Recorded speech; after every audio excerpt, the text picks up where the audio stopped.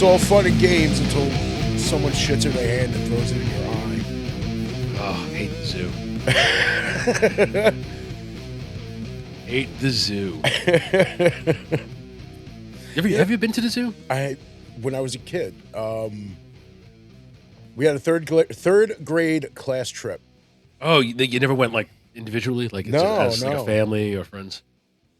Well, my father was one of the chaperones, believe it or not. So, that must have worked real well. No, actually, it did. It did. Did it? Yeah, it was cool. You know. He bought me pizza, and I was, of course, the only kid who had 2 slices for lunch. I was gonna say, did he just bought you pizza? Like, yeah, no. Well, I mean, because like there were other, you know, there were other parents there, mothers, you know, with their kids, and it's like buy your own kid his damn food. I mean, that's in theory how it should work, but yeah, well, you know, because the problem is this: when you have anything with parents involved, there's usually the pretentious parents that have to be like, "Look how cool of a parent I am! I'm buying lunch for everyone." So you could feel bad about your parents because they're poor. Yeah, but it's like, you know, my dad and I, we sat down because they had, you know, the food court there and everything, and we just got pizza. Like we got 2 slices each, and it was like everybody else was getting one. I'm like, is it because your mom doesn't love you, or like is it because I'm fat? You know? Ooh, the moral quandary. Which came first, the fat kid or the pizza? Yeah, exactly, man. That's Are you wearing gloves? Yeah, man. I saw this brief little like blur in the bottom. I'm like, is he wearing skeleton it's the fucking gloves? Misfits, bro. Well, it's close. I was raking outside. Yeah, and of course, like I'm gonna see if he notices that I'm wearing these gloves, and it's like I'm feeling all cool and shit, and then this shit happens. Oh boy, fucking breaks. Yeah, Party City's gone, so like I gotta wait for fucking Spirit Halloween to open. So I just finished that movie I was telling you about. I don't know if you were listening. I actually watched it last night. Playdate. Yeah. Oh, I'm so glad you watched it. Awesome. Oh no, I'm on it, bro. You know dude, that. I'm so glad you watched it, dude, because I finished it like before we started. I can't wait to hear your thoughts because I have my thoughts, and I think they're going to be different thoughts than your thoughts. Dude, it was a ridiculous movie. Like, okay, it was, so we have the same thoughts. No, but dude, all right, it was a ridiculous movie. It wasn't like necessarily a good movie, but it was fucking hilarious. It was hilarious, like because it was like Reacher on speed. You know what I mean? But okay, it's an unevolved Reacher on speed. Like it's a bro Reacher. It's a preacher. Yeah. But the thing is, like, I felt like you would have at least like appreciated that aspect of it because that's the only aspect I loved about it. Yeah, because it's Alan Ritchson being funny. You know what I mean? Okay, so I don't want to cut you off for this, but I just want to add that since we're talking about this movie right now, Alan Ritchson, in my personal humble opinion, was the only good part about that movie. Absolutely, dude. I totally agree. I watched it for him, and I continued to watch it for him. Exactly. I actually wanted to turn it off 5 minutes into it. Dude, exactly. He's the only reason I watch it. When he's talking about his security job, he's like, I got to pretend to be Kung Fu Panda. When he was sleeping and he had the gun in his hand, and he's just like, dude, with the Chinese finger trap, he's like, we had puzzles and everything. Yeah. He's like, it was tough work, and he had his finger in the Chinese finger trap. I didn't like, okay, so, and this is not, dude, the story was dumb. It was a dumb story. Dude, the story was abysmal. The movie, they should be ashamed of themselves because the same level of quality that's anathema to life and intelligence. Like it's the same thing. Like when I sat and for whatever reason, because I'm masochistic, sat and watched that fucking Amazon giant smoking turd of a fucking War of the Worlds remake. Oh shit! That was like through like computer cameras and all that shit, right? Like that was the least of the problems with the movie. Oh, was it? But it wasn't Ice Cube giving sniff a shit the whole movie. Okay, I don't want to deviate from this movie, so we'll get into that in a moment. But yes, Ice Cube is the main, for me, catalyst as to why that movie was so fucking terrible. Well, I just got to say, in case anybody doesn't know, when I say sniff a shit. Oh yeah, because they don't know. Yeah, this is sniff a shit. Obviously, it's like he has that look on his face, like he just sniffed shit. Right. So just to elaborate, one of my buddies coined that phrase once. He's like, "Yo, I saw this girl. She was giving me sniff a shit." I'm like, "Huh?" Like she just smelled a pile of shit. So there are a series of actors, or a set, if you will. Uh-huh. And this is not a specific grouping. It's just it's a type of echelon that exists for actors that are they're not horrible actors, but they're not good actors. So for whatever reason, their methodology as far as doing anything serious is they make this gruntled face like they just like sharded in their pants. And they hold it. So in other words, when they're trying to convey an emotion, they hold this look, and instead of looking interested or pensive, it looks like they're smelling a shit. Like it's like somebody just ripped ass, and they're smelling it, and they're coming to the determination that it's not them, but it's somebody near them, and they have no idea who it is. And this is like the methodology that's employed with marginal actors like Ice Cube. Dude. Sniff a shit. Dude, Jonathan Majors in Creed 3. I don't know if you saw Creed 3. No, I've never watched any of the Creeds. Okay. The Creed movies were awesome except for Part 3. I thought Part 3 was definitely... But Jonathan Majors, you've talked about him numerous times about that. Yeah, dude, and he has that look on his face. Like it's like it's either he's like it's either sniff a shit or sniff a lip. You know what I mean? Where it's like he's trying to smell if his upper lip stinks. You know that? Yeah. You know? I Shitler. Remember Workaholics? Why I smell taint? I smell sweaty taint everywhere. It's because you got drunk and you put the shit on your lip. Hi Shitler. You've been torpedoed. You've been torpedoed. Dude, exactly. So like that's why I figured you would at least appreciate that aspect of Playdate was Alan Ritchson being fucking funny again. Not being funny again, but being funny because being primarily funny. Because we know less that serious. Exactly. Like we know that he could be funny, but it was Reacher on speed on like caffeine. Cause like, dude, he was hilarious in it. It's because it's like you look, cause like I just got done rewatching Reacher. Right. And dude, I love that show. Yeah. I cannot wait for season 4. It was one of those, you may want to watch this next. Right. So I was like, okay. I'm like, I like Kevin James, you know? So I put it on and I'm watching him and I'm dying laughing because he's hilarious. It was Reacher, but like happy, you know, like I refer to it as anybody that's a SpongeBob fan. He's a Doodle Bob Reacher. Like he's like an unevolved version. Like it's because he's really dopey. Like, and it's so and because of the persona. Once again, this is speaking. I'm painted with broad strokes here, but when you watch certain actors, like I personally, you and I both, we love Alan Ritchson. Like he's one of my favorite actors right now. Love Alan Ritchson. I will watch anything, just seeing, like I'll see him in it. I'm going, all right, I'm going to watch it. Even if the movie sucks, I have to at least watch it for him. Yeah, dude. Because there's a whole bunch of movies that he was in recently too that I wanted to check out. There's another one right next to it that I wanted to watch first. It was like something, they had a title similar to like The League of Extraordinary Gentlemen or something like that. Yes, I know what you're talking about. He has glasses in that one, right? Right. Yeah, and I was like, ooh, I know. Let me watch this first and then I'll watch the dumb comedy one. But that one is under a fucking paywall. Like Amazon did that little slipperoo. Really? It's like, to watch this, you have to also subscribe to Howdy. I'm like, what the fuck is Howdy? Dude, Amazon has so many other these gypsies in the night service, like streaming services. Where do they fucking come from? Dude, it's like 7-Elevens. Yeah, it's like they got that Howdy. I haven't even seen Howdy. Howdy, Mubi. Like not like the cow, but like Tubi. Not the restaurant in Tubi with an M. It's like Tubi is free. Mubi, the M is for money, meaning you have to fucking pay us to use this through Amazon. Fucker. Yeah, dude, it's like trying to watch a freaking soccer game. My dad, when he's like, hey, he's like, Mubi. So it's like he'll ask me when a certain game is on and where to watch it. And if it's not, and it's always like a paywall one, right? It's Fubo. Yeah. And that's the one you need to pay like $8,000 in your first born. It's $80. It's like $80 a month, but it's not even all the games. Well, it's because it's a TV service. You know, it's I've seen it. Yeah. It's because I've streamed a lot of illegal games on Reddit, and you always get that ad. I didn't hear you. Yeah. Sorry, what? What'd you say? Oh, I mean, I didn't hack them. I'm just watching. Yeah, I like bubblegum too. So, but then they cracked down on me. They were unofficial releases, is what he meant to say. Unofficial streams, dude. So my dad's like, "How much does it cost?" I said, $80. It's like $80 a month. He's like, "Forget it. I'll watch the highlights." Dude, you better.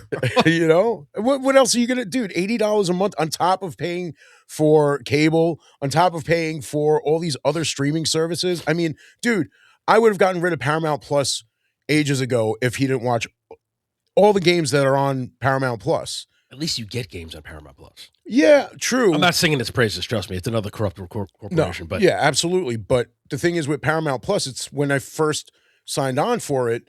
I was like, all right, Dad, I'll pay for it for the year. Happy birthday, whatever. So then, after I think like 2, maybe 3 years, they raised it to 120. And I know we've spoken about this. Because they added Constantly hyping it Showtime up. to it, Yeah. dude. This year, when I saw the bill, like after I got charged for it, it was 140. Yeah. I'm like, I know. you kidding me? Like, I called my dad. Wild, I was like, Dad, do you still use Paramount Plus? Yeah.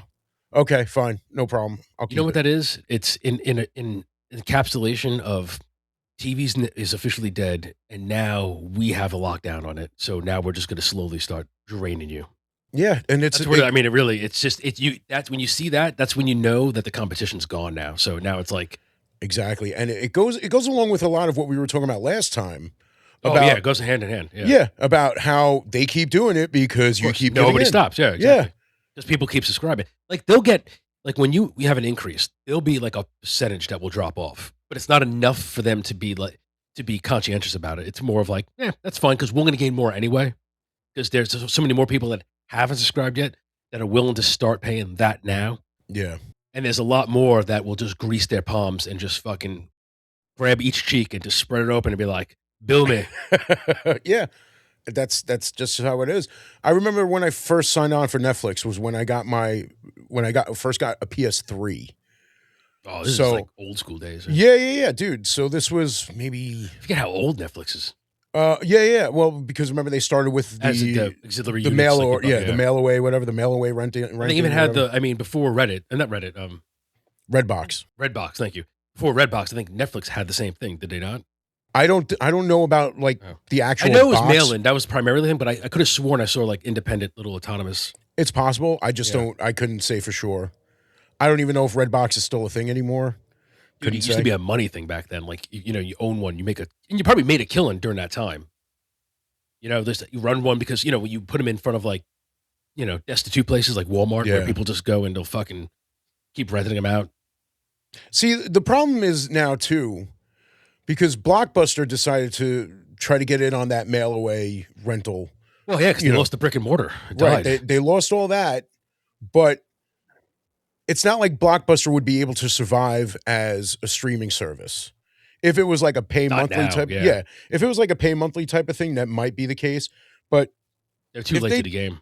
Exactly, and if it was something along the lines of when like Netflix first started doing the streaming thing, and Blockbuster said, you know what, we should get in on this, but we'll do it like we do in the store.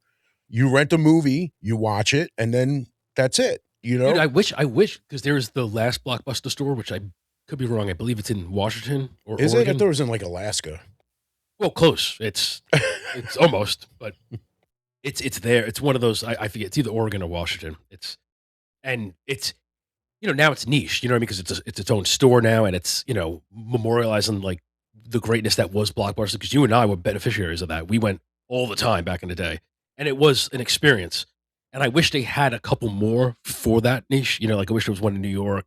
Yeah. Put one in like Chicago for all those fucking ingrates, and put one for Florida for the inbred. Yeah, but the thing is, if there was one niche Blockbuster store in, but it's a novelty store. In other words, it's less for the movies and more for like the merchandise and just to keep the brand alive. Right. No, and I get that, but I feel like a place like that would be like theme restaurants where like the line is out the door and you got to like wait to get in and all that shit. And I'm not having that. Like I would love to go to a Blockbuster, dude, because I went to Beetle House. It's called Beetle House. Like Beetle House. The Beatles, like the no, like Beetlejuice. Oh, the last Blockbuster, by the way, is in Bend, Oregon. There it is, Oregon. Yeah, Bend, Oregon. Bend over. So it's called Beetle House. It is a Tim Burton themed restaurant, but it's in the city. It is. Oh, it's actually here. Yeah. 308 East 6th Street, New York. Dude, it's a fun little spot. But it's when I say little, I mean little.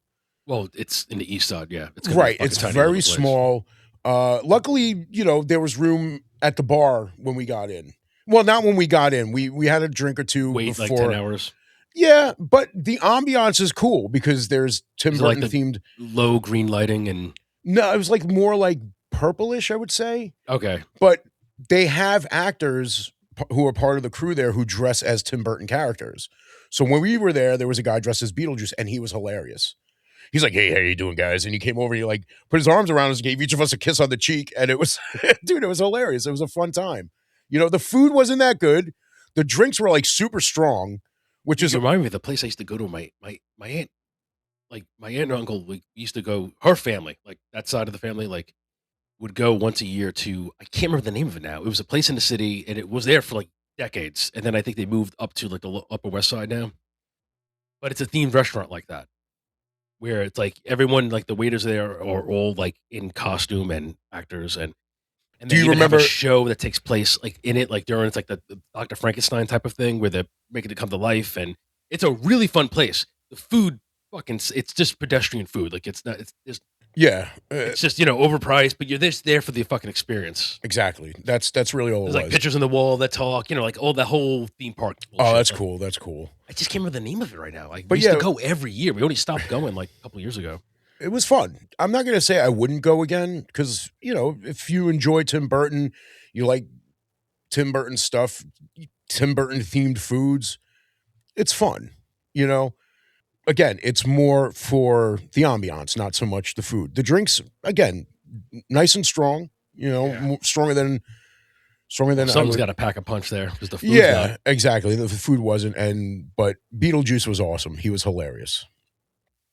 I actually just going back, reverse a little bit. I just want to touch back up on Playdate. Alan Ritchson. Dude, Kevin James. Okay, Dude, I have to talk about Kevin James. Dude, for a I minute. felt so uneasy watching him that whole movie in that tight ass windbreaker jacket.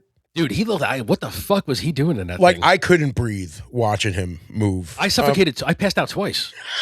I came to, saw it. I was like, yeah, dude. I'm like, from the beginning they made mention of that windbreaker on him. It's like they were saying he was like a summer sausage in spandex. Yeah, Like, what the fuck are we and doing? dude, I here? love Kevin James. Like, no, I love him too, but Yeah.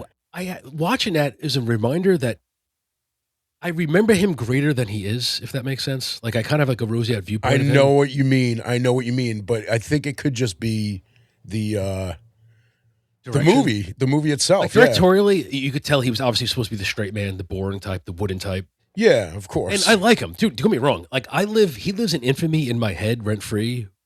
From Don't Sweat the Small Stuff. I watched that special so many times back in the day. Okay. And then when I started watching King of Queens, as you're watching the show, you're seeing the bits that he had in that show, in that special, being utilized as little bits within the show. Oh And- yeah, you see that a lot with comedians when. Oh yeah. Especially if it's their show. You know what I mean? Yes, Like it's going to exactly, be there. Yeah. So with that said, I always loved King of Queens going back but then when I watched it again recently, like the last couple of years, I realized how much I loved the show, but I really loved it because of everyone else in the show. Well, dude, especially Jerry Stiller. I mean, Dude, Jerry Stiller is the show. In my dude, even like I never really watched Seinfeld. I've seen episodes, I've seen clips, of course, but Jerry Seinfeld is always funny whenever you see him. Hilarious. And even in King of Queens, which is another show that I didn't watch. Like I've seen episodes whenever he's on screen and he was basically what was his name? Arthur, right? Yeah. Yeah, he was basically the same as George's father in that show. But it works for him because it's hilarious no matter what setting you put that character in as Jerry Stiller. Because he's just being him, yeah. Like Yeah. It's just that old school comedic style where they just kind of play that same character, but it works. If it don't work, you don't no need to fix it, sort of thing. Yeah, I mean, Ben Stiller, his son, obviously, I find him funny. I find it funny too. Like, I don't know why people don't like him, but I mean, he's always been great as far as I'm concerned. Like because whenever he plays like that exaggerated character, like in that exaggerated asshole character, like in Dodgeball, laser, taser, phaser, and all kinds of A's. And is that the one? Is that the same movie? He puts the pizza in his pants. No. I think that was the one with the fat camp, the kids' fat camp. Is that the one we put in, or was it that one? Because it's like I think so because he ran the fat camp. I never watched the movie. I just know of it. Heavyweight. Heavyweights. He was a fat. I know he had that big Bon Jovi fro, and like he was like. But he has that a lot though. Yeah. But in Heavyweight, I think it was Heavyweights where he put the pizza in his pants because he was a recovering fat guy. Right. Is either that or Dodgeball? Because he was a health fit guru in that as well. Like he pretty much essentially playing the same type of character. Right.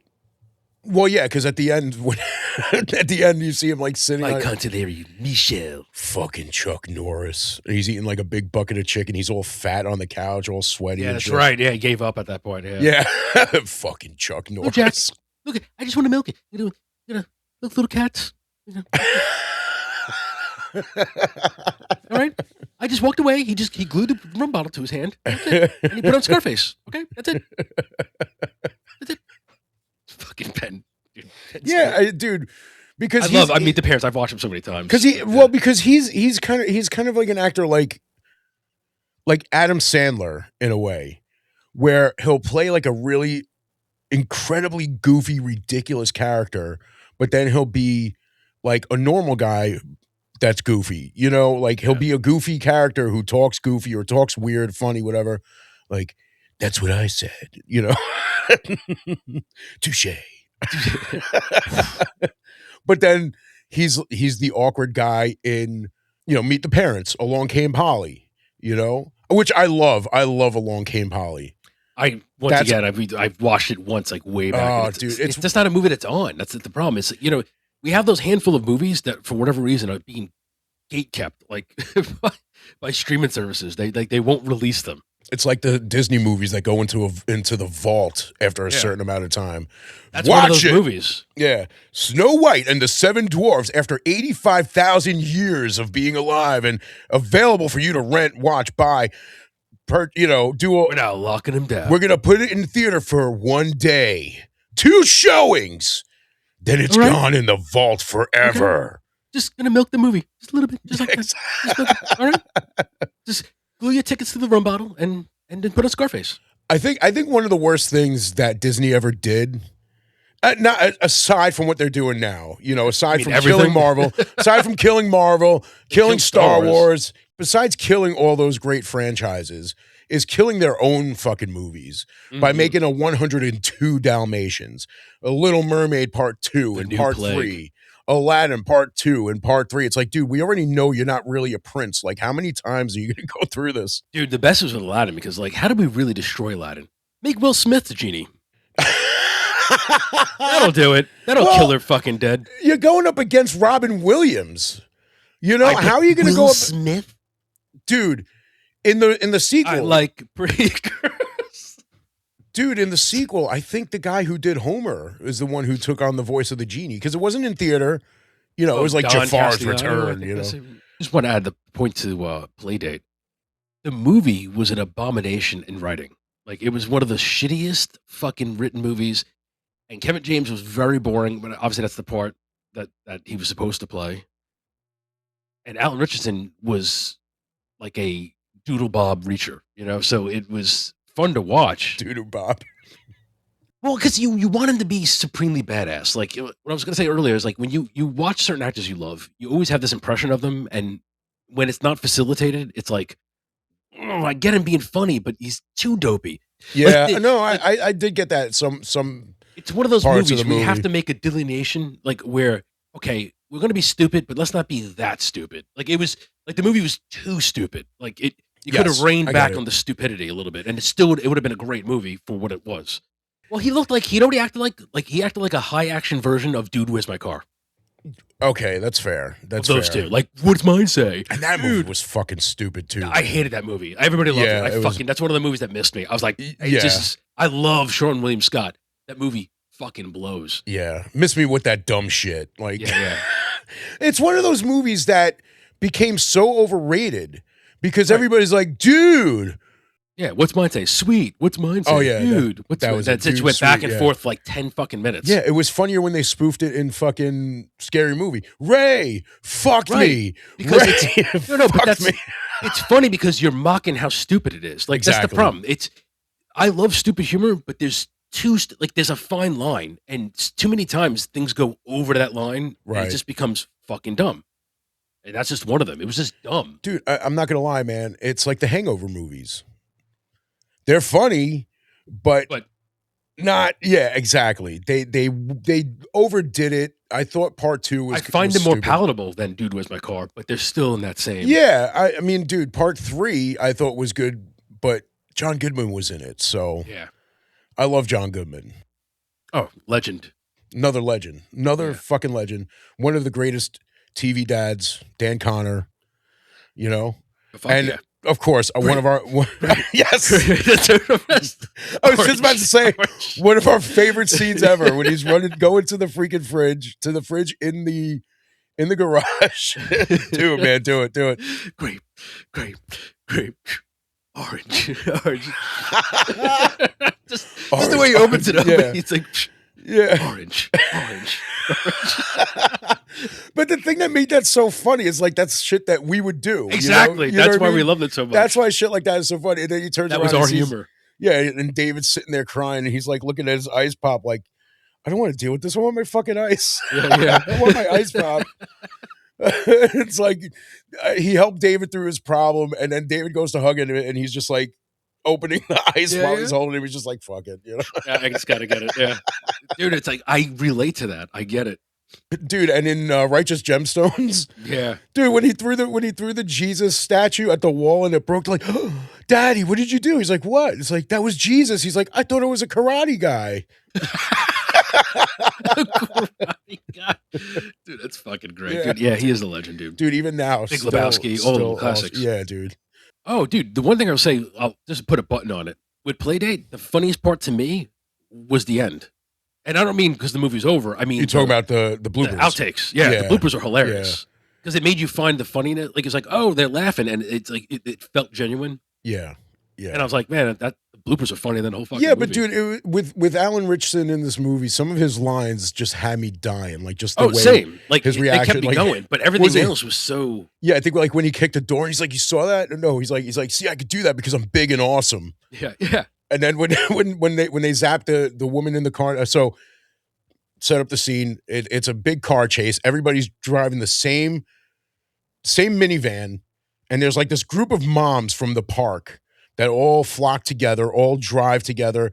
They drive in a line on the highway, and he tries to get in with them to like hide from these guys trying to find them. So the mothers figure it out. They're like, okay, we're not going to let this guy out. They try to box him, by the way. Yeah. Great. I love her. Yeah, me too, man. Me too. And they box him in, and he's like, "Oh, she's kind of hot. I don't think I can kill her today." So then she tells her son in the back seat, to hit him with the taser. So he's like, "Come on, you little bitch! You're not going to do it." Right, he's like, "What?" He goes to shoot, and he hits the car, and the kid knocks the kid's hand. He zaps the mom, and they crash. He's like, "Holy shit! Did you see that?" Dude, that's what I mean. Dude, where's my car? He's like a broy. It's weird. It's weird seeing him like that. It was over the top. You know, if it was dialed down a little bit, it would have been funnier. No, not funnier. It still would have been funny, but it's like it was over the top. You know, I give him a pass because he's the fucking man. He was bordering on Eric Freeman, Silent Night, Deadly Night 2. Oh yeah, I love Silent Night, Deadly Night 2. I love Eric Freeman as far as that ridiculous knob, like being up to 11. It's yes, and of course, yeah, like I Garbage Day, dude. I would never, and I'm not talking shit about Eric Freeman at all. No, I love his performance in that movie. I'm not even shit on it either. Yeah. I can't sleep. Fuck you. Oh, remember, it's direction, man. It's not them. They're just following orders. The one thing that makes me laugh, there's this scene where the security guard, the security nurse, or whatever the hell he is. Yeah. It's like, you hear the doctor say something, or like, I think he made a noise, and then the nurse comes in, and the doctor's like, I told you to leave us alone. And, you know, Ricky, Eric Freeman, just looks at him and just gives him like that smile, like, haha. And the nurse or guard, whatever he was, he looks at him. He's like, And I don't know what the hell that meant. Like, what do you think that's going to do? Like, it's like, I'm scared of you now. He just holds his finger up and waves it back and forth. Like, not even like that. His whole hand. Yeah, oh, yeah. Yeah. Windshield wiper. It's like, how many fingers am I holding up? But dude, as over the top as it took me like 2 watchings to fall in love with that movie, Silent Night, Deadly Night 2. Oh, so it's the second time that really got you. Well, because the first time I watched it, I'm like, okay, now which movie's worse? Silent Night, Deadly Night 2 or Slumber Party Massacre 2? Now, both really reaching deep in that one. Exactly. So Slumber Party Massacre 2 is another one of those like horrible, fantastic That's the movies. Rockstar one, isn't it? Yes. The guy with the guitar with the drill on it. Yeah. Yeah. And he does a whole freaking Elvis number in the middle of the movie. Yeah. For no reason. I've seen bits and pieces. Dude, it reminded me of when Andrew Dice Clay did Grease Lightning at his MSG show. Not too dissimilar. Right, exactly. It's actually, like I said, it's a pretty accurate parallel, if you will. But dude, it's those horrible movies that you end up like loving so much, man. Rawhead Rex. Rawhead Rex again. One movie that I'll always mention is a movie called Rocktober Blood. Rocktober Blood. Rocktober Blood. Yeah, it is such a wonderfully shitty movie. I remember you were with me when it was at a horror convention, and a guy had the soundtrack on vinyl and on CD, and I was like, "Dude, what do you want for both?" And he's like, "All right, how about 60?" I was like, "Beautiful." Gave him 60. Got the record, got the CD. He even had the mask. You know, one of the masks for like was that the Vinegar Syndrome area table? No. It wasn't Vinegar Syndrome. This was just, one little spot that had just, obscure, like some obscure shit. Yeah. He's like, dude, I have the mask too. I'm like, are you serious? Showed me the mask. It wasn't, all right. If it wasn't damaged, I would, like, the price was fine. I think it was like $150, $160, but there was damage to it because it's an old mask. Yeah. And it's crazy that a movie like that didn't really get the kind of attention that it probably does now had that, that mask, because this was a very low budget film. But the thing is, much like Silent Night, Deadly Night, the original, it had its own soundtrack. There was a band called Sorcerer. Sounds like an 80s band. Yes. Well, it is. It is an 80s band. It's so emblematic of... It's either Sorcerer or Sorcery. Yeah. Sorcerer. Sorcery. Where's sorcery? Yeah.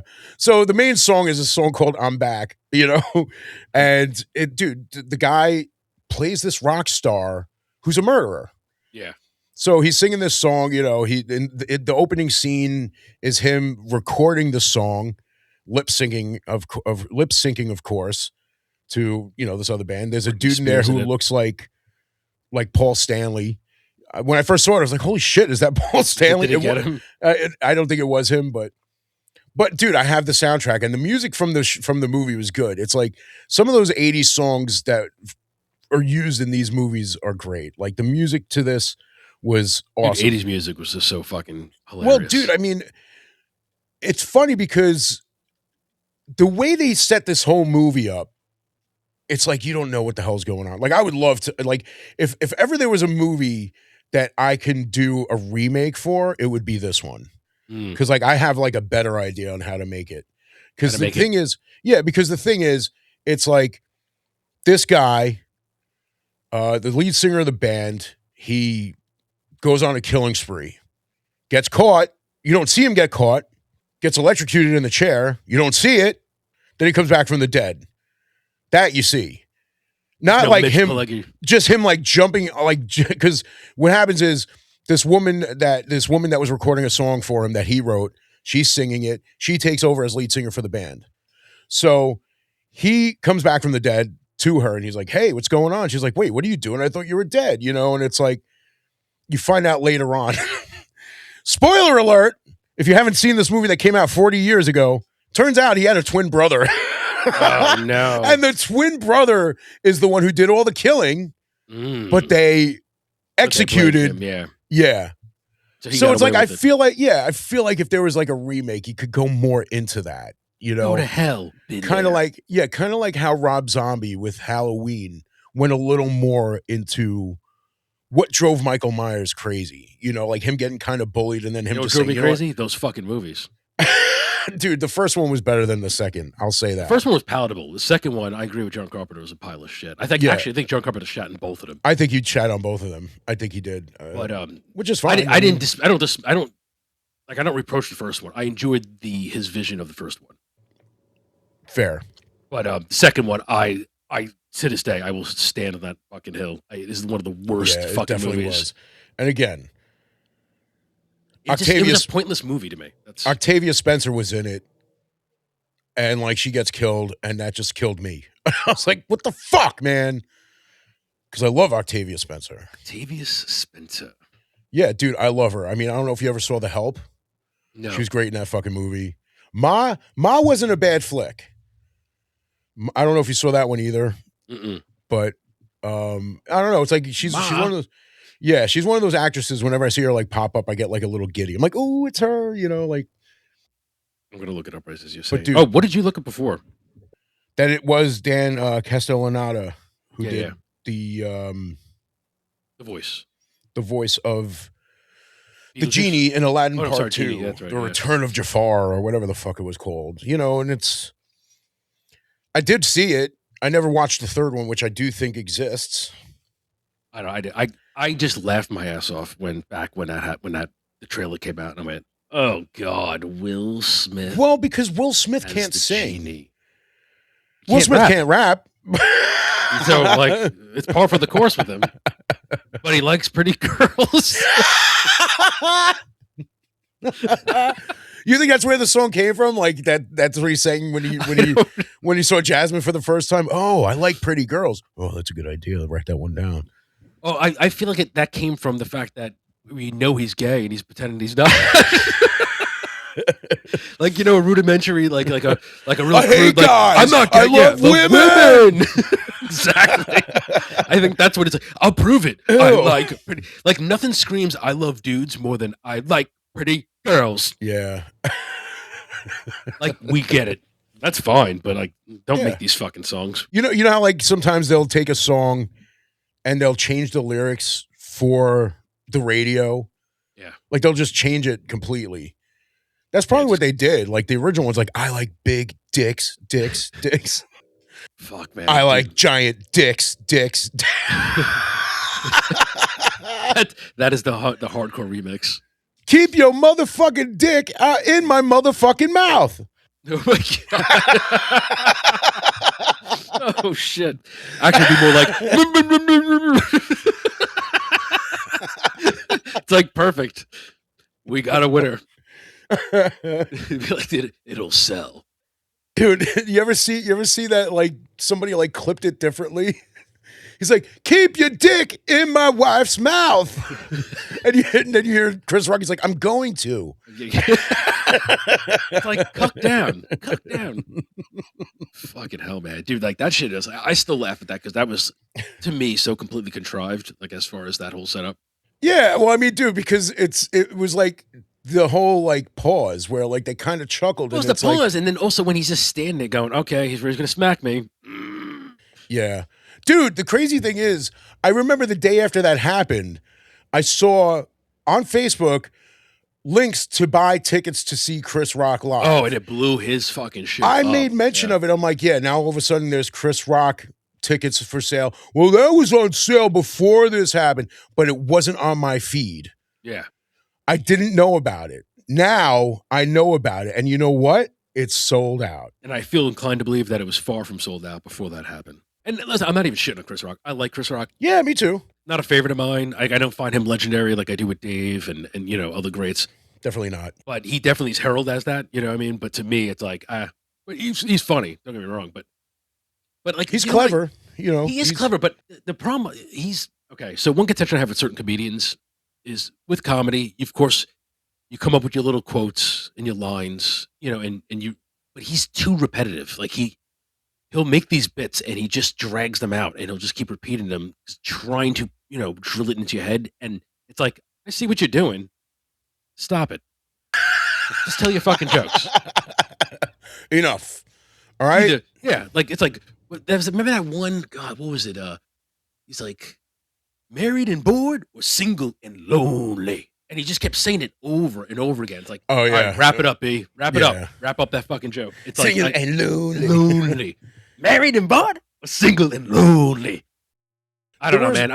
You missed me with that shit. Right. I mean, I don't know if you remember CB4. I know the movie very well, but never seen it. Yeah, it was like a spoof off of NWA, but obviously this was before, Straight Outta Compton came out, way before. The movie was funny. I liked it. I thought it was funny, but yeah, I feel like when Chris Rock has a script, he does better. He's one of those guys that a lot of comedians do better with scripts. That's what I'm saying. Yeah. Like, I feel the same way about Kevin Hart. Yeah. Dude, Kevin Hart's a great performer. That's it. Yeah. I don't think he's a good comedian at all. I agree. I think he's a great performer of comedy. Right. Exactly. Put a script in front of certain people, and they can do their script job. in front of him and wedge him in between the Rock's butt cheeks, and you got a winner every day. Got Rock and Pebble. Well, you got to toss Jack Black in there somehow, no? Oh, that's right, yeah, because he is the third wheel. He's the third wheel, right? Isn't it? Well, obviously I'm thinking of Jumanji, but like I feel like the three of them could be in other movies together. I don't know. I do generally like Jack Black. So do I. Yeah. So do I, dude. I've loved Jack Black for the longest time, man. He's a funny dude. Loved the Tenacious D show that was on HBO. Yeah, so we were talking about it not too long ago. Dude, and the album, the Tenacious D album. Yeah.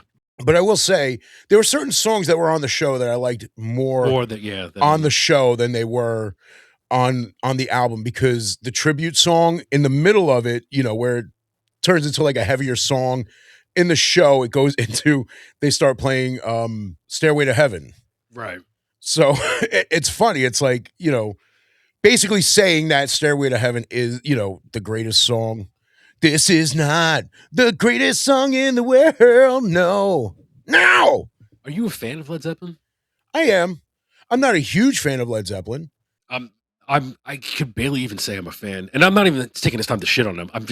It's my preference. I just never got into older music, but the only band that I loved from that time is Pink Floyd. I love Floyd. Dude, absolutely, man. Like, that band got me, and I was like, I love them, and just never, don't get me wrong, Led Zeppelin has great songs, but I'm not you. I know I may be in the minority here, but Stairway to Heaven's an okay song. I agree.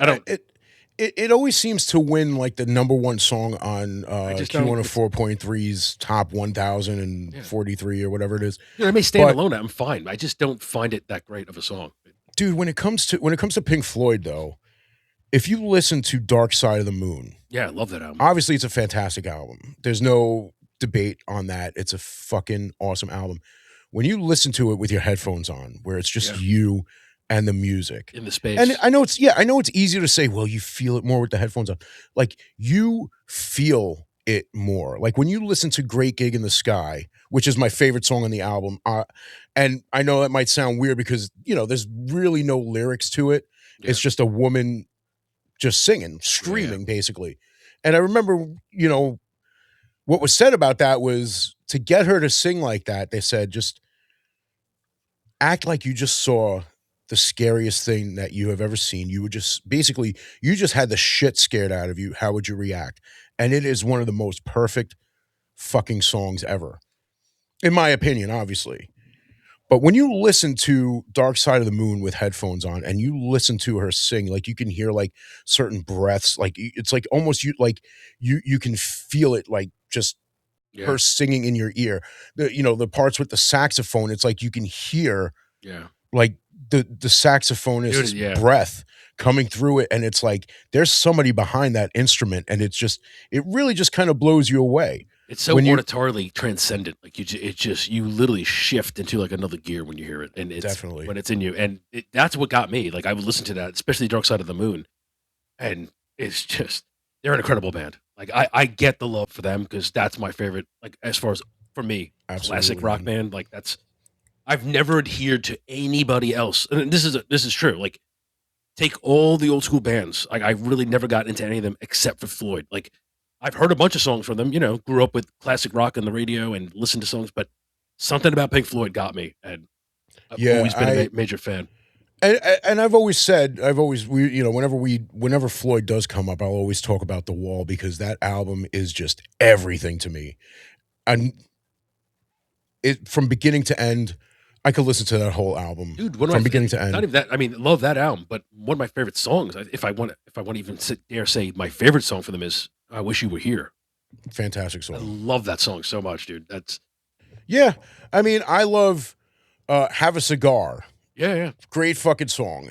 There's so many songs that they put out that you just puts like sends chills down your spine. It does. You Dude, know, it just it is transcendent. Like it literally runs through you. Like it's crazy, man. Like that band yeah, is unbelievable. right. And what is it? Where at the end of the line, he's like he holds out a note, and then it turns into. See, I don't know if it's a. I think it's a theremin. That's what it sounds like when you're listening to it. But the way they like flow it into each other, like you can't tell where his voice ends and the instrument starts. And when I listen to that, I'm just like, and I could be, That continuous flow with what, yeah, it's like whoa, like dude. I wait, guess it is you literally vibrate with it, like you resonate with it. It's that's like and that's when I started becoming like back when I got into like when I started listening to them is when I really started getting into like the ethereal music, like that right, somber yeah, music, and yeah, that's why my favorite band, Black Lab, very ethereal, very it's atmospheric, ambient, dreamlike, dream rock. That's my favorite type of music out of all music. That's Well, what do you think of like? Were you ever into David Bowie? I like Bowie. I never delve deeply into him, but I like him. Like what of the Good stuff I've shit, heard. man. It's crazy when when musicians get older. Yeah, Obviously their voices can change.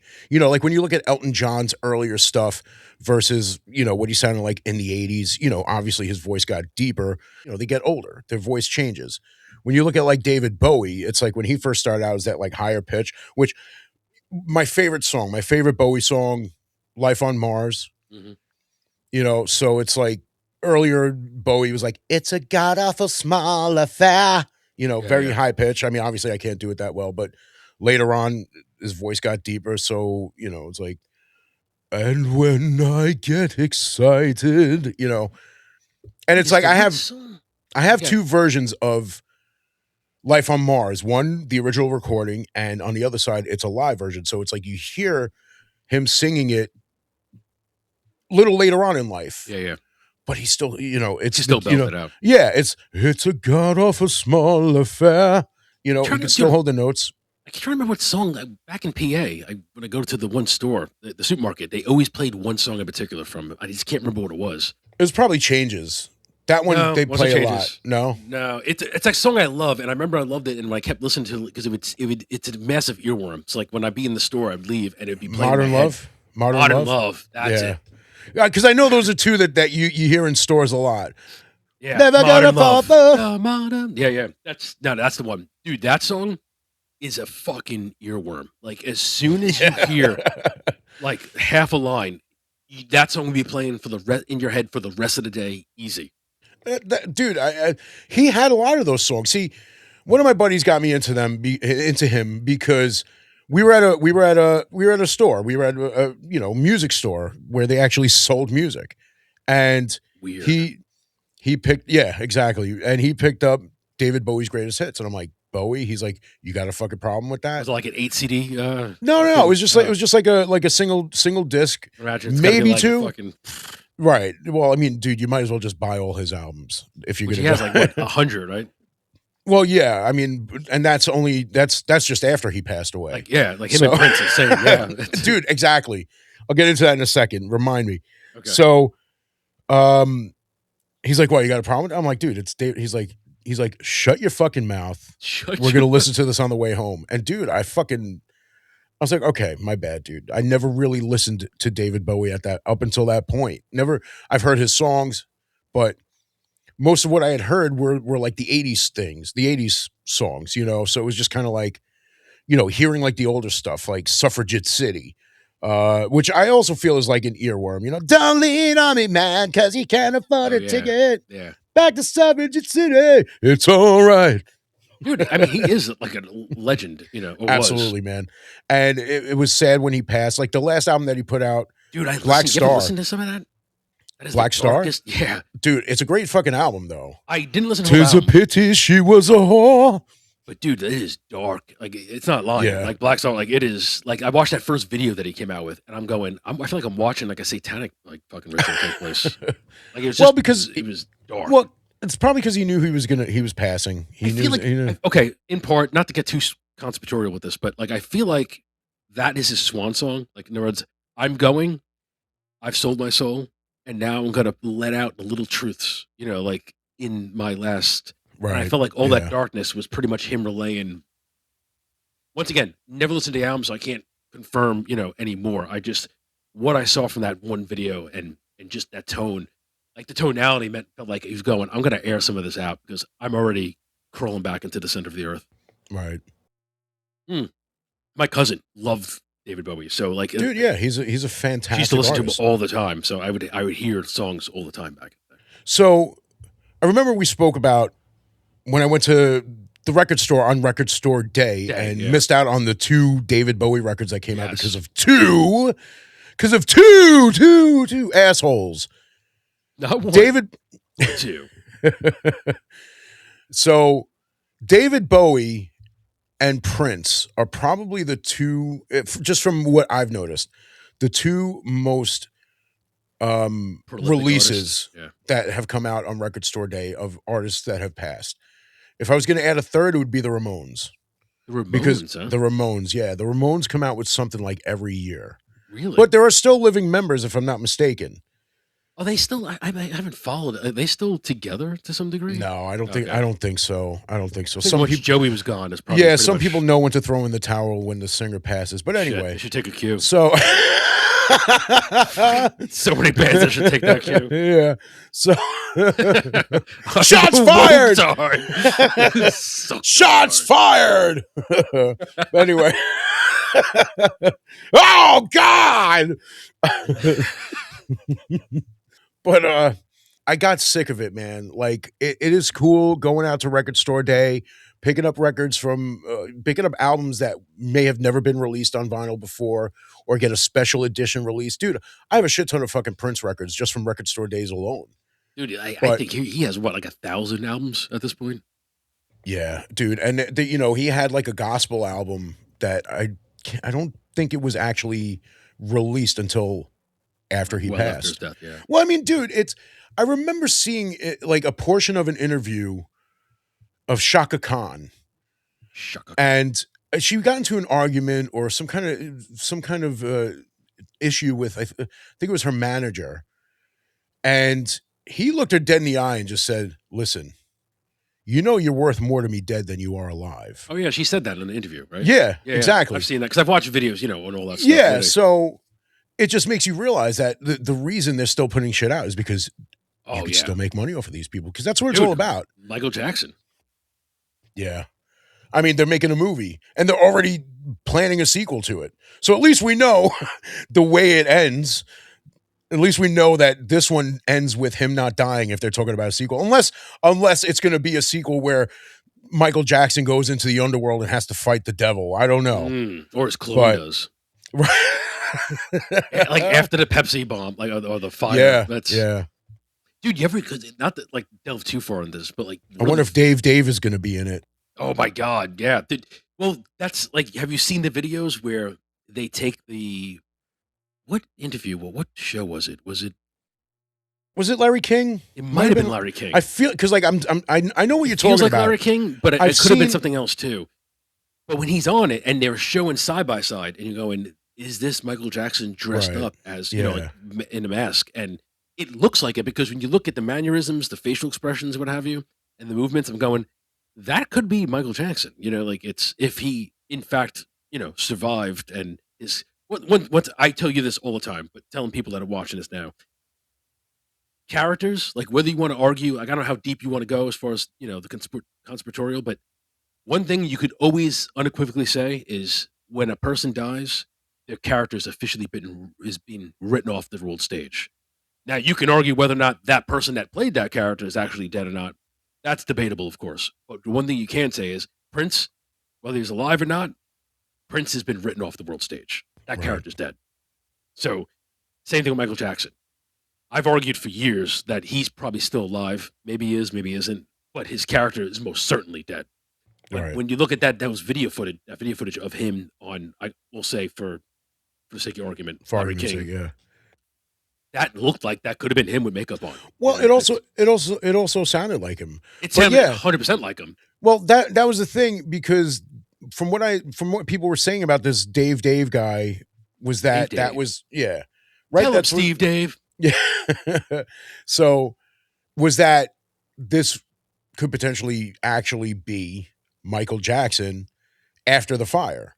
Because That's the okay. thing is, That's another thing too, right? Right. That he actually was cloned, and at that time, because he actually got severely burned, like where his face was no longer the same right, from because that fire. this Dave's story was that he was in a fire or Right. whatever. Because if you think about it, it's when they talked about Michael Jackson in that fire, they said that it was very severe. Yeah. No one comes out of a fire like that without any scars. And he Now- did, I mean, from the surface, like after that, he was the Michael Jackson we all know. You know, like, Right. it's- Exactly. But no amount of actual plastic surgery is going to remove the fact that, like, the burnt you'll still flesh, see yeah. it. Yeah, you'll still see Scarring. it.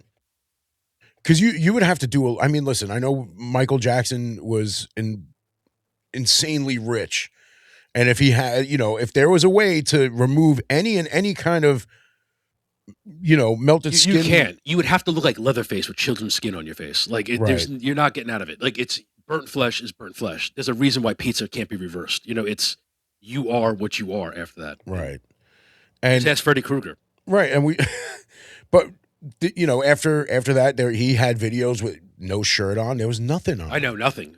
But because like afterwards, it's like because I remember them saying that it was a severe accident. It was a bad accident. That his hair caught fire.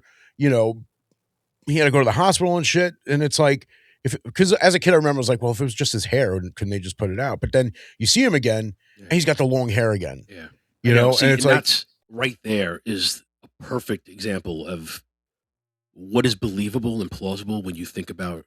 I'll say for rudimentary sake, the crazy shit when it comes to conspiracy theories. yeah. Like And I'm I- a firm believer in clones, and like if anybody's going to be cloned, like if you have a real plausible case, it's Michael It's Jackson. Alan Ritchson. Oh, I'm sorry. Ritchson with the kid. Yeah. The kid. Remember like 1,000 at the end? I'm like, Yeah, oh god, now we have like a little him. Dude, I gotta say something though. I'm sorry for like jumping back. I know we were having No, jump we were back. serious, but like there was some bad editing in that movie. Oh, dude, There was definitely everything's some in bad, that movie. dude. Because when Kevin James first sits at the table with the ladies at the park, Yeah. they're like, "You want a snack bag?" They hand him a bag of grapes. They're like, "What are you doing? Give that back!" And when he's handing it back, it's carrots. Raisins. I'm like, oh yeah, something. the yeah. fuck? I know. Dude, you can tell they rushed that on a weekend. They're like, we just Yes, gotta get this done. absolutely, absolutely. It's turn and burn. Those movies, it's not about quality. It's all They just got to get them out. That's it. Right. But okay, so I just had to say that, but No, that's a valid point. right. But Michael Jackson, he was one of my favorite artists growing up, and I still love his music. Yeah, I have you're a much shit- more fan than I am. I have a shit ton of his records. Some of them are remastered, anniversary editions. But dude, my first record, the first record that I ever owned, that was obviously, I was a kid, I didn't have a job, but the first actual full record that was mine, that my mom got me, was Michael Jackson's Bad. So Wow. this was after Interesting this choice. was. Well, this was after Thriller.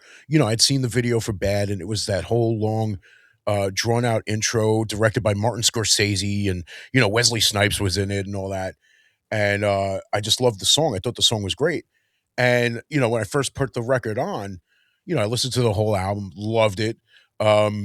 Smooth Criminal was my favorite song on the That's record. always been my favorite song from him. Dude, and I love that song. dude, that's why I was like excited when they came out with the video for it, which they actually had two versions of a Yeah. video for it. And that's why I love the Alien Ant Farms cover, because I fucking love that Alien song. Ant Farm's cover was Pretty pretty sweet good. cover. Yeah, it was pretty good. And but the crazy thing was, my favorite song off of that album, became my favorite song after the fact, because not like after the fact, meaning like years later, but they put out the video for the song "Leave Me Alone." Now, since I had it on vinyl, that song wasn't on it. Mm. The only way to have that song back then was if you bought the CD, and this was the 80s. That's right. That was the little market employees, like where they get you to Yeah. buy different mediums. Like, Right, because yeah. well, that's the thing. I have Jack Bruce's last record before he passed away. I think there's one, maybe two songs missing from the vinyl because it just doesn't fit. And it's one of those things where like, okay, we're not going to make this a double. I'm sure the thought is we're not going to make this a double LP just for one extra song or just two extra songs. You know, it's like if people want to hear it, everybody's got a way to stream it. They can hear it. You know, some people just want the record because you and I, we're aside from being comment hounds or whatever you called it, Comic Crusaders. comment crusaders, that's what it was. Aside from being that, we're suckers for album art. We're suckers for, and with records you get much bigger album art. So, so it's like a canvas all on its own. So when that song "Leave Me Alone" came out, I was like, this song is awesome. And the video was wild too, which is, it was actually just that whole scene was in the movie Moonwalker. But I fell in love with that song, man. And that's a song that I always wanted to cover as like a band, like a little rock cover of it. Yeah, exactly. So it was like one of those things where like I had to wait for it to either come on MTV, but then like my mother got me the movie Moonwalker, and when that scene came on, I would just rewind it over and over, and just keep rewatching it because it was such a great song. It was about how people are always like on his ass about all the shit that he does, and it's like, leave me alone, know. And in the video, you see newspaper clippings of like some of the shit that's happened to him, and the whole thing about like how he was slept in a casket or whatever it was, slept in a tomb or whatever. So it's like, just stop making up stories about me, leave me alone. That's it. Leave Britney alone. Don't just leave. Yeah, fuck, man. I would have to sing like, don't just leave me alone. Oh yeah. That was a little like, how do you want to put it? Glenn Metallica-ish, I guess. It's Glenn Simmons. Glenn Simmons. Yeah. No, we're gonna do this Michael Jackson song. Oh my god. That's my Gene Simmons. That's the best I could do. No, but that's pretty accurate. Like, when he talks, it is that typical tone. Yeah, I don't think you understand. I'm a big fan of Michael Jackson. He's a big fan of the money he made.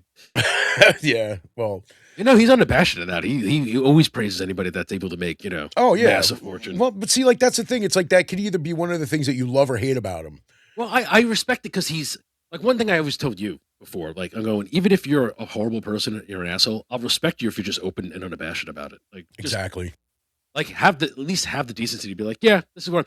Remember, we've talked about the comedians last year where everyone went to that Riyadh festival, and then Bill Burr got all the shit, and then they started to try to double down on their altruistic, like, standpoint, and Whitney Cummings like crashed out, and Bill Burr crashed out, and out of all the people that went there claiming to do, like doing it for their altruistic ways, there's only one individual that just said, yeah, no, I did it for the money, and I fucking love him for it. And I think you know who I'm talking about. Yeah, Tim Dillon. Mm-hmm. The one and only Tim totally Dillon. Did it for the money. And you gotta respect that. Absolutely. Tim Dillon's a funny dude. He's hilarious. I love Tim Dillon. One of the best ranters out there. Yes. As a ranter myself, he's one of my favorite ranters out there. Dude, one of the videos that, I don't know if you ever saw this video of him, Titan Trump. Titan Trump? Titan Trump. And it was him claiming that he is the son of Donald Trump. He's like, I gotta know. Yeah, he's going to Trump Tower. He's like, Daddy! Oh, I remember that now. Yeah. And it's like he's coughing up. Yeah, he's coughing up blood and all this shit. And he's like, well, they took the blood that I coughed up, and it turns out I'm not his son. Yeah. Dude, that whole video is hilarious. Yeah. I remember you talking about that and watching a little bit of it. Yeah. Yeah. Funny fucking dude, man. Tim's great, man. Love Tim. But he's loud, he's obnoxious, he's gay, and he's loud hilarious. and proud. Yeah, exactly. But but he's the best dude. I've sent you that one video when he moved to Texas and he's like, I'm out of here. Like, and he just ranted for 20 minutes of how shitty Texas is, where he was, and the fucking homeless people and everything. It's one of the funniest rants. I've literally tears in my eyes. Well, that's the type of thing that you expect from comedians, is not holding back. Oh, while wearing hater blockers, like inside. Just sit there. You know what I'm saying? It's like, people, you know, a lot of comedians, like you said, they got to like backpedal and like just, you know, kind of explain what they're doing. And it's like, nah, I did it for the money. It's like, nah, Texas sucks, you know, whatever. The problem, well, just to go in on that, not to rant about this per se, but the one contention I had with that, with everyone else, is you have these scumbag comedians that made their money, like they get to the top and then sever the ladder up there, and then try to make you feel bad because they have money and you don't. And like they're doing, like, once again, it's the whole virtual signaling thing. So like when you look at Bill Burr, dude, we love Bill Burr. Like, you know, like Bill Burr back in the day. Oh God. Are we going up to Harlem now? Oh, Jesus. Oh, what are you doing? So we get a dog? You want a dog? You want to rescue a dog? It's asparagus. I thought it was pesto. But I love Bill Burr. But then he became, you know, he signed his soul and became huge. And although still funny, all of a sudden now became, you know, this cantankerous, like, altruistic. He went there and then tried to make us feel bad that we were angry with him for going there, because now he's up in the upper echelon when he used to complain about that. So, and then there's all that video footage. Like, people would literally put this literal video footage of him talking about how, you know, like ragging and reproaching those people for being that, and then being that person and doing that, and then coming back and then trying to make us feel bad that we're mad at him because he's doing everything he said, you know, he was against. You know, whatever lines their pockets. Like, that's the problem. They're soulless. They're whores. They're corporate whores. I can't respect that. Like, at least when you had, remember, like Tim Dillon, right? Did it for the money. Love that. Respect it. Absolutely. Didn't care about him going there, but the fact that he's like, I don't give a shit. He's like, I want the money. I came there. And then Shane, right? Shane Gillis, right? When he was talking about it, he's like, yeah, they told me that they asked me to go. I'm like, wait, aren't you guys did 9/11? Like, and then he, you know, and then he didn't want to go. And like, love that. You know what I mean? Like, exactly. Convictions. You know what I mean? It's like truth and conviction. Stand by your convictions. Exactly. It's like stand by who you are. You know, it's like if you're a comedian. Yeah. Because if Bill Burr would have said, it's like, nah, I did it for the money. Right. And then you look at this echelon of, because why else would you do it? Why else would you do it? Money. That's the only reason. Exactly. It's Why the fuck would you go all the way over there just to do a stand-up show for money? Just fucking say it. It's all exact. Dude, he would have gotten a lot less shit. It was like the kind of like the Streisand effect thing where, you know, if he just would have acknowledged it, none of the ire would have transpired after that. That would have made him crash out. Same with Whitney Cummings. They all crashed out because they couldn't handle the fact that people were holding their feet to the fire and, and showing what hypocritical pieces of shit they were. It's just funny because these are people who usually can hold their own, you know, or at least say, dude, I don't have to fucking explain anything to you. It's none of your fucking business. I went. Big fucking deal. It's a slippery even that I would respect. If it was like, yeah, I went. So what? What's your fucking problem? Right. Just be honest. But they can't. Like, they want to be loved, but they also, you can't be both sides. You know what I mean? Exactly. It's like you're either wiping the ass or you're jacking the dick. It's like you can't do both at the same time. Right. So, and that's the problem. It's like if you decide to appease one side, that's the side that you're on now. Yeah. Because you got to choose wisely. It's like if you're going to choose a side, choose wisely. Choose wisely, and then you're sticking with that side. Exactly, because one side will fucking back you to death. The other side will fucking destroy you the second you fuck up. Right. And one thing to make abundantly clear with this and give it a visual barometer that everyone can understand. You can't be Batman and Joker. Pick one. Right. Can't put the Joker makeup Monday and then Friday put on the bat cowl and fucking starts flying around and solving, you know, cases and fighting crime. If you're in there, you're in there. Just own it.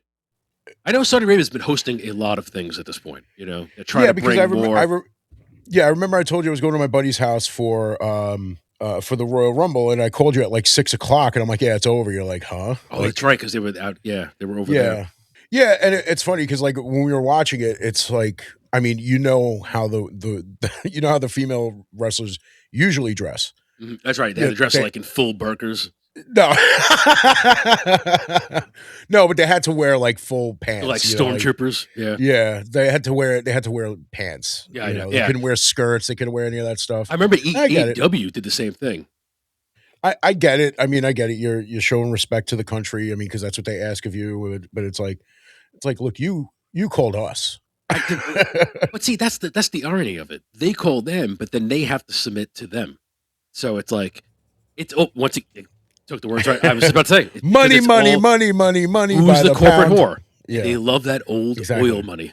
Exactly. It's like you look at all these male actors, and you put enough money in their face, they'll put on a fucking skirt. Dude, you put enough money in their face, they'll be like, global warming, everything's bad. More like, yeah, exactly. Dude, that's all of them. It's like the same thing. It's like every actor right there that's like that has to be in the political field. Shut the fuck up. But it was weird because, you know, I showed up late to my buddy's house because it's like, yeah, we're all meeting at like 1:00, and I'm like, okay, whatever. I'll probably get there like around 2 or whatever. It's over. Well, the women's rumble was already like halfway done. I'm like, what's going on? It's like, well, they're in Saudi Arabia, so like they start. Oh shit! So it's like it was already nighttime there. Yeah. And I mean, it was fun. Like I every now and then, you know, I'll go to like a Royal Rumble party, WrestleMania party, or WrestleMania. I've been to 2. It's not too dissimilar to football. You know, NFL has a whole deal with Britain. So like every season there'll be like 1 or 2 games that's actually in London or somewhere in the surrounding area. So when that game's on, it's always like on like 8 in. You know, right? Yeah, it's like Sunday. It's on. Yeah, and so it's like I'll always wake up and be like, oh, that's right. They had the one game in London. I mean, I'm not as into wrestling as I used to be. I haven't followed in a while. You remember, like I've told you about it. I had my resurgence a couple years ago with that whole build up with Cody Rhodes, and I love that. That build up was like my mini renaissance I had, and then they lost me again. Well, dude, I like Cody Rhodes. I got to see him at Evolve Wrestling on fucking Queens Boulevard, you know. And this was after the whole Stardust thing too, because they were selling like the Stardust masks at his merch table, you know. He wasn't there at his merch table. Like I got to meet Matt Riddle because he was fighting there too, and like, you know, he was cool as shit, man. I have like 2 or 3 of his t-shirts. Yeah, he seems like the real broy, like stoner, fucking chill dude. Yeah, dude, he did like one of these in the picture and shit. So like, but he was cool as hell, man. He was a fun wrestler, dude. Evolve Wrestling was great, man. It was a lot of crazy shit. They had a dude who was like the size of Paulie from Reacher season 3, the dude that was bigger than Reacher. That monster, yeah. I can't remember the dude. Yes, exactly. I was gonna say the Nephilim, but fucking Nephilim, I guarantee you, no angels had anything to do with that fucking dude. No, not those angels. No, Hell's Angels. Yeah, but a guy his size fighting who's that little dude? Darby. Oh, Darby Allin. That guy, dude. I can't stand. So picture a guy like Paulie fighting that dude. Yeah. So the way Evolve the way it was set up was you had the ring and you had the seats that were like level with the ring. Like there was space from the ring to these seats that were like basically on a stage, and there were seats all around it. And you know there was standing room in the back and all this stuff. It was like, dude, when the show was over, like they moved the ring out and it was a nightclub. You know, so. This dude fucking manhandled Darby Allin. Like he threw him to like where we were. Like I have video of it. I got to find it. I think I posted it on Twitter years ago. But I mean, that's what Darby Allin's good for, though. Right. Well, yeah, he's a toss around guy. He's a rag doll. He's a fucking rag doll. He's just an angry, embittered lesbian, and he just gets thrown around. And he's ruined wrestling because it's become more of that like jesterism, where it's just I'm just going to throw my body through glass. Through everything, and it's like, okay, people ate it up. You know, like the one thing that really got him over was the whole connection with Sting. Sting would come out with his bad, and he was like a little protege, and he has a stupid coffin drop, which I think is one of the shittiest finishers I've ever seen. Yeah, I mean, dude, I can't get into some of these gimmicks now. Like I can't remember who it was years ago, and I don't even know if he's still around. He was like this British wrestler. He had like one of those like pointy mustaches. And he would come to the ring with like an umbrella or some shit.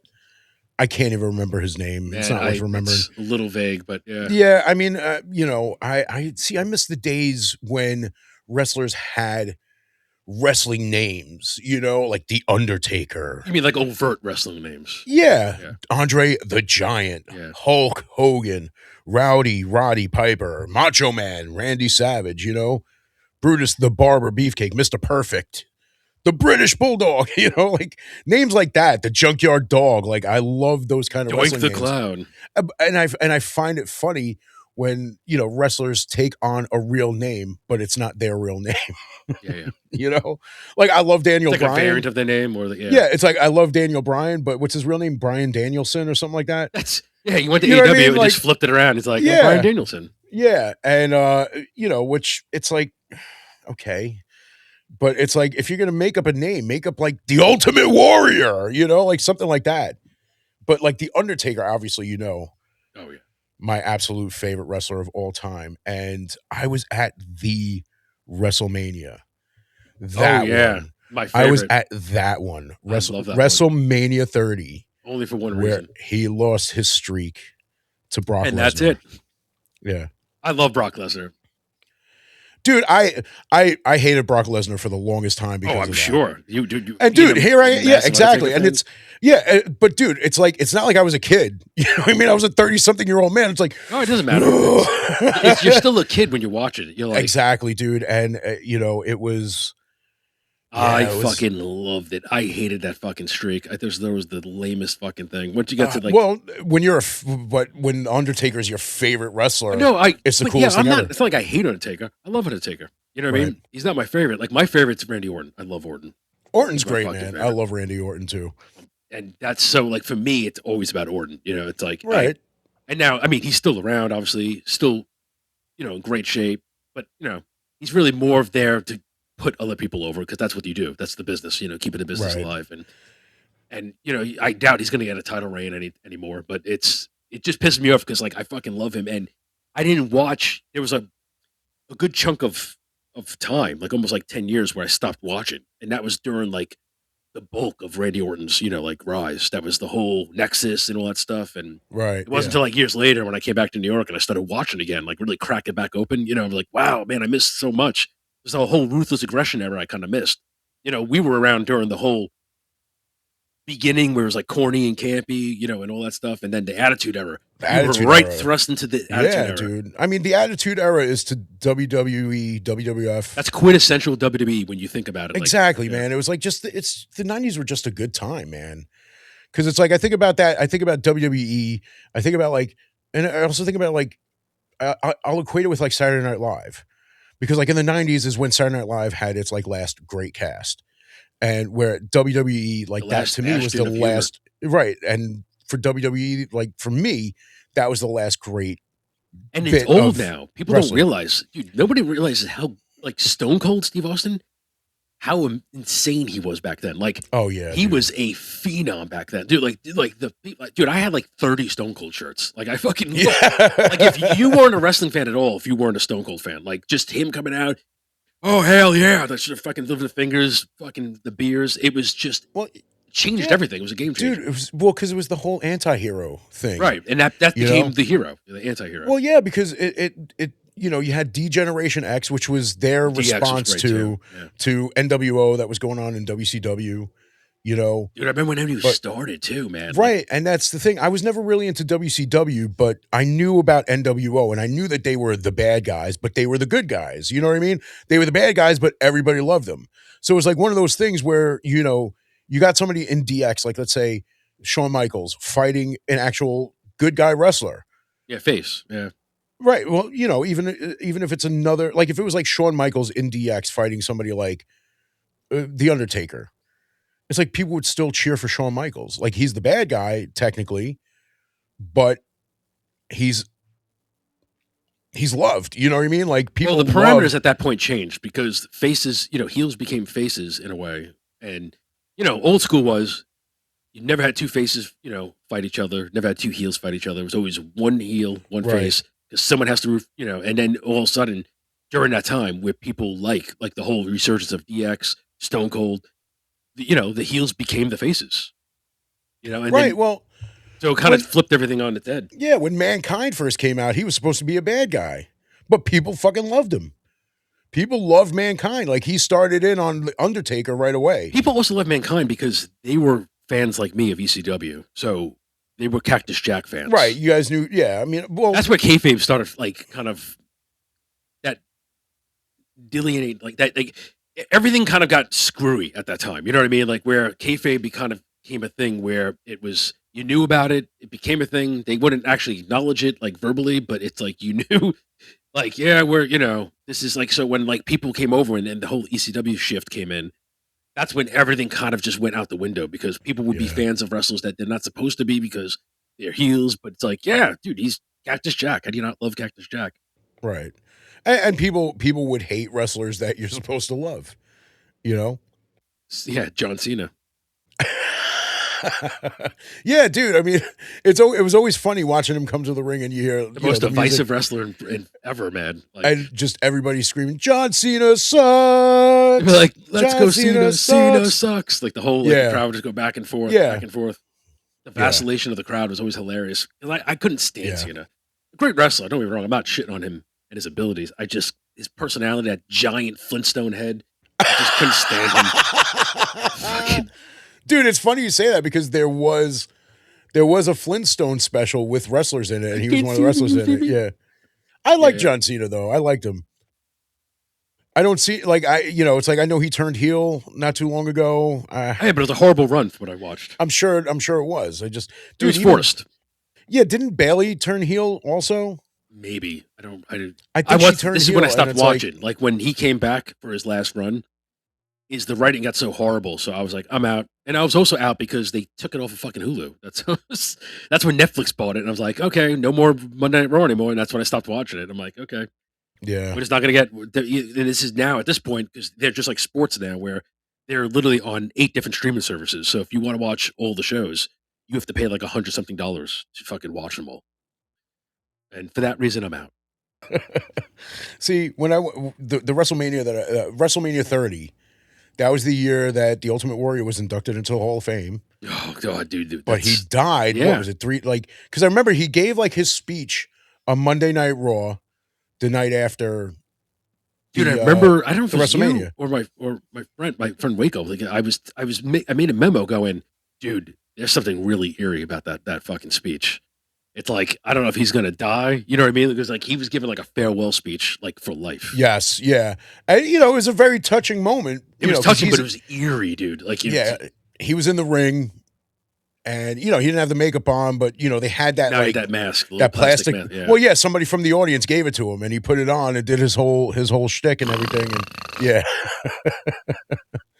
But dude, I mean, and then what he died? I think he died the day after because, like, I think next day, I think he dropped dead, like going to the car. That's what I'm saying. Like, but it was the next day that he dropped, or was it like on the way to the car after that speech? I'm pretty sure if I recall correctly, I think it was the next night. Okay, and it was crazy, man. Yeah, because like I mean, I got to see him because you know how like at WrestleMania they bring out all the inductees like just to have them on the stage or whatever. So, granted, it wasn't like up close. I did see him like in the distance, and it was just really sad. It's like it's like when somebody says, "Oh, this person passed away," it's like, "Yo, I was just talking to him." I know. It's like, "Yo, I just saw him." Yeah. Like these batteries in them are working just now. Yeah, exactly. It is wild, man. Yeah, and I went to WrestleMania 34. They were both in New Orleans because we had such a good time the first time. So we're like, yeah, let's go back. Let's have a good time, and it was fun too. Yeah, I like Roman. Yeah, he's all right. No, I mean, trust me, I hated him. Dude, we've talked about this before. Like the Shield, like to me, yeah, and I stand by it. Like he was not ready at that time. Like he was a burger and fries at that time. And it's like I loved like, dude, Seth was the fucking. I just thought he was the most talented one of the three, and he's still. I mean, he's had a good career since then. But like the one thing is when coming back and watching it again and seeing the legacy that Roman created for himself. I give him respect. He worked up to it, and he became what he was being pushed as in the beginning that he was not ready for. It's like that baked potato, like you took it out of the oven too early, and it's like it's still fucking cold. Throw it back in. So they threw it back in, and then Roman became great. But I missed the majority of his rise to fame and glory. But I don't miss not watching I feel like I didn't miss much.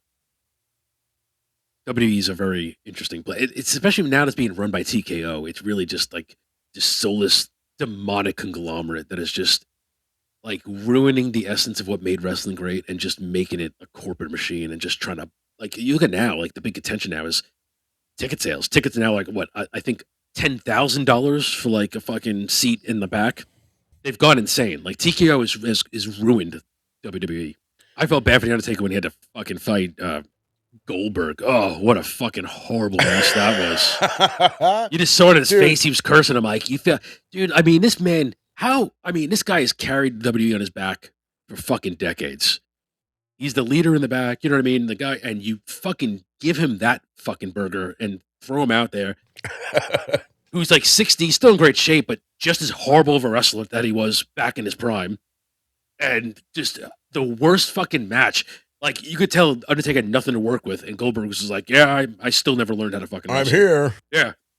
Dude, I remember like around that time, Goldberg was getting ready to go to the ring, and he like, hit his head on the door. He started bleeding. Like, yeah, but he did it. He was like, "Oh, look how tough I am! I'm gonna," and then he started bleeding. It's like, you fucking moron! Like, what the hell did you do to yourself? It's when you eat so many roids for breakfast, lunch, and dinner that you just become Captain Caveman. Like, it's just like you just become a fucking caricature of like an actual wrestler. Right. And he was like, dude, the thing with him is, and don't get me wrong, going back in the day, he was fun to watch because he was just literally just on roid rage. He would just run out there and he was literally like a roided out Stone Cold. And it was fun to watch for a while, but like there was no depth or complexity to it. Like he would go in there, run around the ring, take a guy out in 30 seconds, and that was it. And it ran its course. He's not a good wrestler. He's never been. He's not a good worker. He's a terrible dude, he fucking ended Bret Hart's career. Bret Hart's one of the best technical wrestlers in the business. The best there is, the best there was, the best there ever will be. Yeah.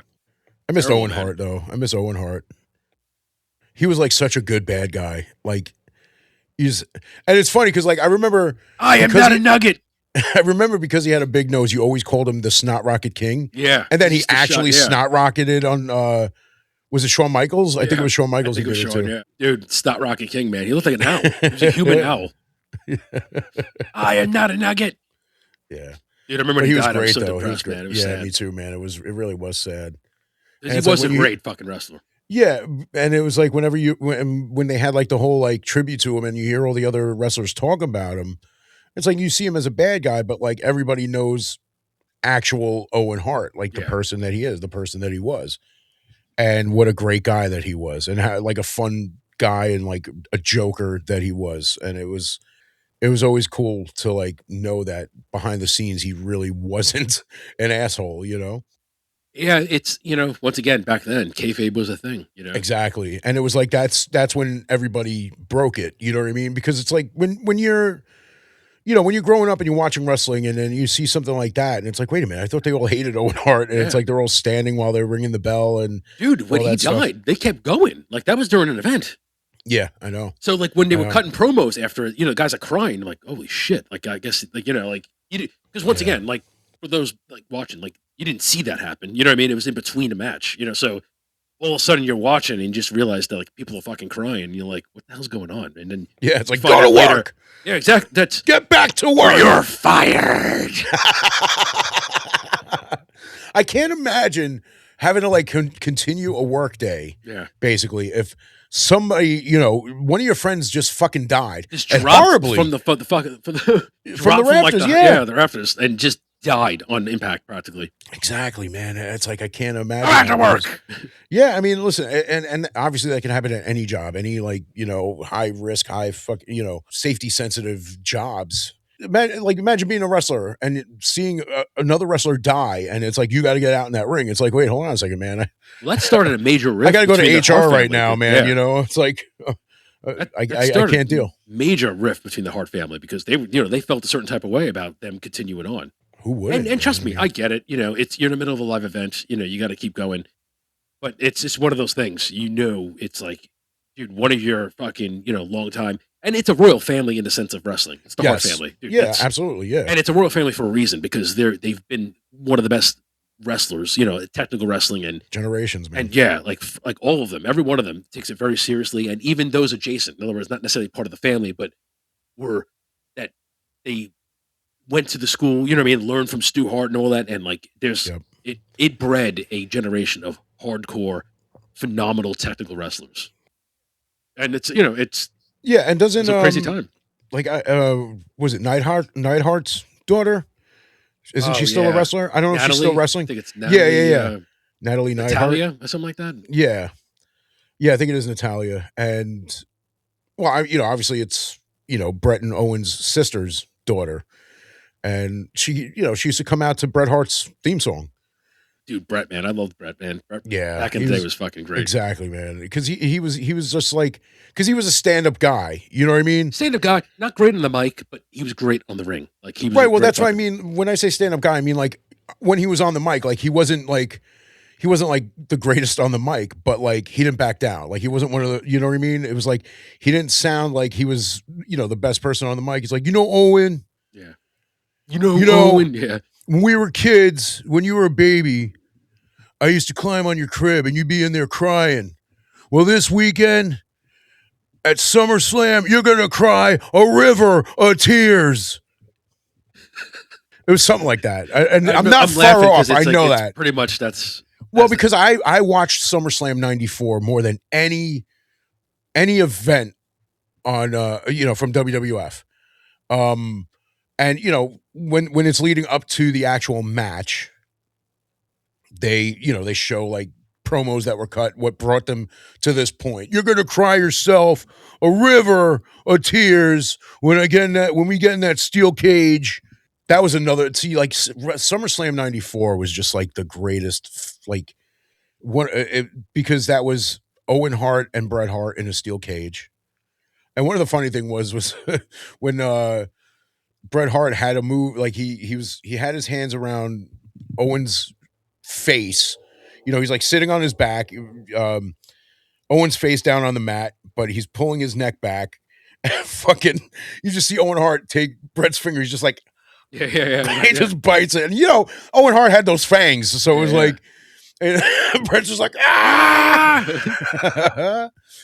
It was classic. That's the classic like, old school heel actions. But it's also very much a brother fight. You know what I mean? Like brothers will fight and not like just pull out all the stops. Like, well, they fight dirty and they also know the weak points of their brothers. Exactly, and it was great. And then when Bret won, they locked Bret back into the cage. They started beating the shit out of him. Jim the Anvil Neidhart's like locking it back up. Like they're trying to open. He's like, I just remember the cameras. He's like, yeah, shut up. Yeah, shut up. Fucking Jim the Anvil. Davey Boy Smith was in the audience too. It's like, do you wish that you were Owen tonight fighting Bret? Not really. Thank you, Davey Boy Smith, for that. No, he said more. I just remember. Input. No. He's just like, well, not really. I just remember, Dude, I barely remember that one. I did definitely not watch it like you did. Well, dude, because it was the Undertaker versus Undertaker, and that was one of the quietest matches I have ever seen. So, even quieter, dude, even quieter than when fucking when wrestling was going on during that time with no audience. Yeah. Because there was an audience there. Yeah. And it was because like people were watching like, what the hell is going on? Who's the real Undertaker? I mean, you kind of, you see it in the face. And that was when Undertaker first came out in the purple. Yeah. Which I fucking loved. And then the other one came out in the black and white, right? Yeah, he was gray and black. Yeah. Gray, and that was, because that was the one that, what's his name brought out? Ted DiBiase. Right. I'm trying to remember what wrestler that was that played. He became Crash.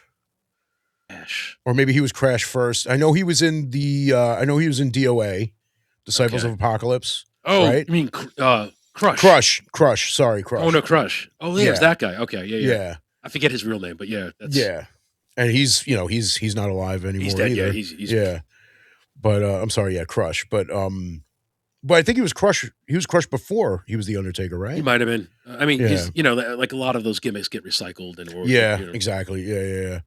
Like But, I love Kane. Kane's one of my favorites, and we can't forget Isaac Yankem DDS back then. of course, man. Or of course. he was the fake Diesel. Remember when they replaced? Yes, I remember he was the fake Diesel. Yeah, remember absolutely. when Hole and Nash, two of my favorites, when they bounced and went to fucking WCW, Yeah, they did that horrible fucking angle where Jim Ross got lost his mind and he brought out those two fucking. I don't remember who the Rivers Ramon guy was because he never went on to do anything prominent. Well, yeah, he looked bootleg as fuck. Oh yeah, man. no, dude, Doodle Bob, and fucking. I just remember Glenn Jacob coming out there as a Timu fucking Diesel, and I'm like, what? Yeah, but dude, Kane was definitely his fucking jam, dude. Like, and dude, the whole angle that he was Undertaker. It's your brother. Oh yes, your brother. Yes, dude, my Undertaker. Dude, fucking. I remember during that whole SummerSlam '94. You had Leslie Nielsen and what's his name from his partner from Police Squad, not Police Naked Squad. Gun? Well, it's from Naked Gun, and they were on like the case trying to find the Undertaker. Frank Drummond, isn't that his? Yeah. Well, yeah, that was character's name. Yeah. Yeah. So I remember he's like in the office, and Domino's was like the sponsor for the whole thing. So it's like you see Leslie Nielsen in his office. He's like, so I ordered a pizza, and you just see like the silhouette of Undertaker. It's like you hear the knock on the door, and he's like, "Who is he?" He's like, "Pizza." Dude, we joked about that. Yeah. Dude, we used to rewind that all the time because it's like pizza. That's not foreboding. Yeah. Who can that be? Dude. He's fucking Lurch giving you pizza. Pizza. Rest in peace. Oh, I thought you were gonna say pizza. Yeah, Rest in pizza. Rest in pizza, dude. One of the yes, dude. One of the coolest things that I always thought the Undertaker did it was when he would walk the top rope. Yeah. He would grab the arm, walk to the. That was one of his little signature moves. Yeah, exactly. And one of the things that I think they said about the Undertaker is that he did moves that people his size normally wouldn't do. Yeah. He was sort of a high flyer, like not. Well, it wasn't just a high flyer, but it was proof that he had good balance. Yeah. Like, in other words, he was fairly agile for a giant. What is he, 6'10", maybe 7 foot? I mean, no, he's overbuilt as far as the height, but that's like Kane did the same thing. Kane would do a lot of. He would pull his glove back and then jump up and do like the whole. Well, he is the Undertaker's brother, so I'm sure Apple doesn't fall far from the tree. But dude, like that whole angle was fucking great, though. Yeah, the whole Undertaker and Kane being brothers, because that was still like early enough for us to be like, holy shit, like that's his real brother, Dude. And it's funny too because when you look, it wasn't just anybody. It was another guy that was even bigger than the Undertaker. Right. Yeah. And just the gimmick for Kane. People that obviously that weren't around then. Kane was like when you first saw Kane, it was like, holy shit. Yeah, everybody was just like suspended disbelief. Like you're just looking at something, and back then, because of these guys were like human, like action figures. Like you really would like. It felt like he came from hell. Like he was just this. You felt like if you had like shot him, like bullets would just bounce off him, like and he would just eat him for breakfast. Through hellfire and brimstone, it's Kane, Undertaker's younger brother. Yeah. No, damn it, that's enough. 8 tombstones is enough. Fucking, I always love like that, like incredulous nature. Like he was always so like, no, damn it, 3 power bombs is enough. Damn you. And dude, then there was that legendary fight between the Undertaker and Mankind, Hell in a Cell. Oh, the move, yeah. The fight, man. Oh my god, dude. Dude, I made him half brain dead. Like, yeah, I mean, I remember, like, aside from it being, on, watching that on the actual special, like on the actual event, watching it on that documentary Beyond the Mat. Yeah. Like that was nuts because it's like you see Mankind backstage and his daughter Noelle is there and she's like looking at it. She was a little girl, you kind of feel bad and you're just like, she's like, are you okay? And he's like, yeah, daddy's got a little boo-boo. It's like, a boo-boo, yeah, to say the least. Yeah, exactly. And it's like, dude, your tooth just came out of your fucking nose. Like, what did, like. Dude, it went through his tongue, through his lip. Like, yeah, man. Like, he got, like, severely fucked up from it. And it was all from a random, like, I don't know if it was a planned spot, you know what I mean? But, like, it was, it was definitely like a spot that it was like, okay, just throw me off that fucking thing. And imagine me and Undertaker going, I don't throw you off this. Are you fucking insane? No. Because it's one thing But to go that distance, but it's also like, like Mankind's not a skinny dude. He's like a hippo. no, Like he's yeah, dude, yeah. so like that weight coming down at that trajectory, like Dude, bad things are gonna happen. Dude, that it's gonna happen. Dude, it's gonna happen tonight. Dude, that fucking giant ass of his couldn't even fucking cushion the fall, man. No, You know? are you kidding me? Oh my dude. And watching, I don't know if you ever watched that TV show that he had on when WWE had the network. Right. It was kind of like what you remember Ozzy's reality show. Yeah. It was kind of like that, but Yeah. with the Foleys. Yeah, like it was a good show. The It was big thing at that time. Yeah, it was a great show, and it sucks that it only lasted one season. But there was one scene where he's looking at the actual cage that he fell through. That you see him getting like all emotional, and you just kind of feel it with him because you remember watching it. It's like, look, I could never know the pain that he felt falling through that, getting tossed through that, having his tooth go through the fucking top of the roof of his mouth, out of his fucking nose, all that shit. But just like the fear and like the feeling of watching that, thinking like, oh my God, is like he alive? Trepidation, just feeling that going through. Yeah. And then seeing him looking at the actual cage that fight happened in and just getting like really emotional. Dude, it reminds me for some reason of, do you ever see like, I don't know what it's from in particular. It might have been a documentary. It might have been just literally a clip. I have no idea. But there is like on YouTube or various social medias, there's like a scene that I seen from, like I said, probably a documentary, I'd imagine. Jackie Chan and his daughter. And he's standing with his daughter, and there's like a barn, and there's a projection video playing, and it's him going through all these different stunts and over the years, and like him getting fucked up, and like the daughter's like crying, and then he's crying because he's watching her going through the emotion. He's crying also because he's reliving his life, and that whole thing, and watching his daughter like, oh my God, my dad, he's bleeding and stuff like that, and not too dissimilar from that as far as that. Yeah. Like you're reliving it. I have seen that. You know what I'm talking about, right? I don't know what it's from in particular, but I've seen like that. Yeah.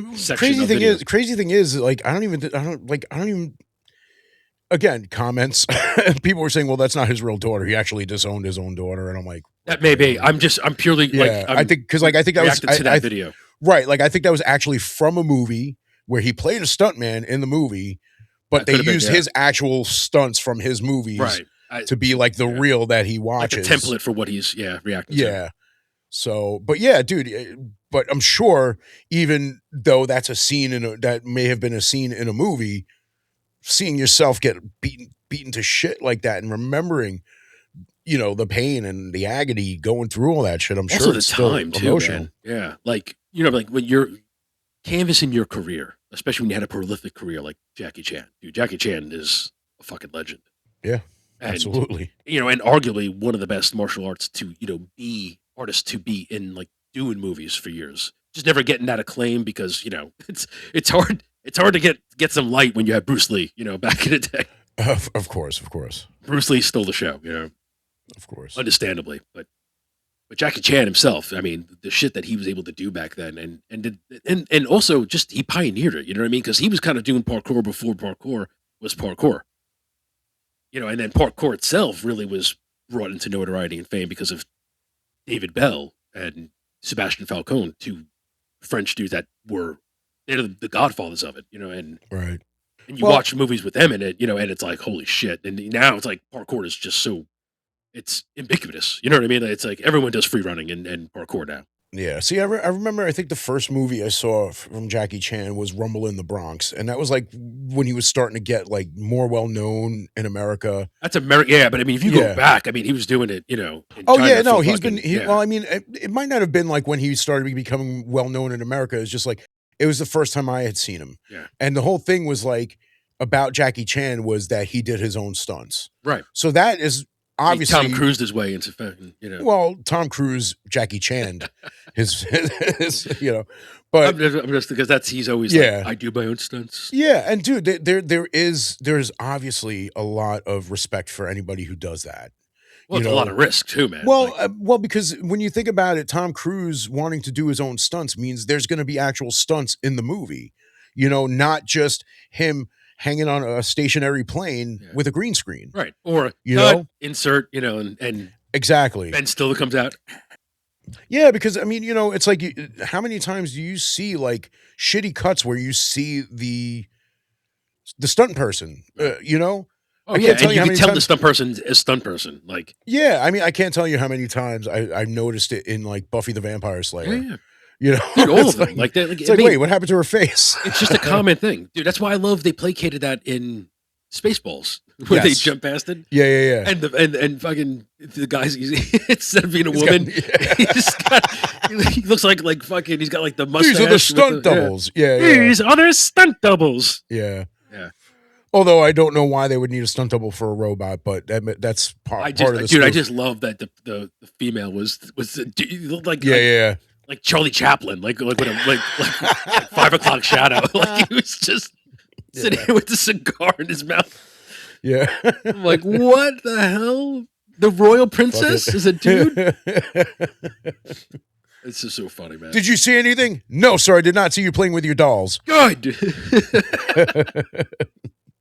Oh man, dude. Yeah, man.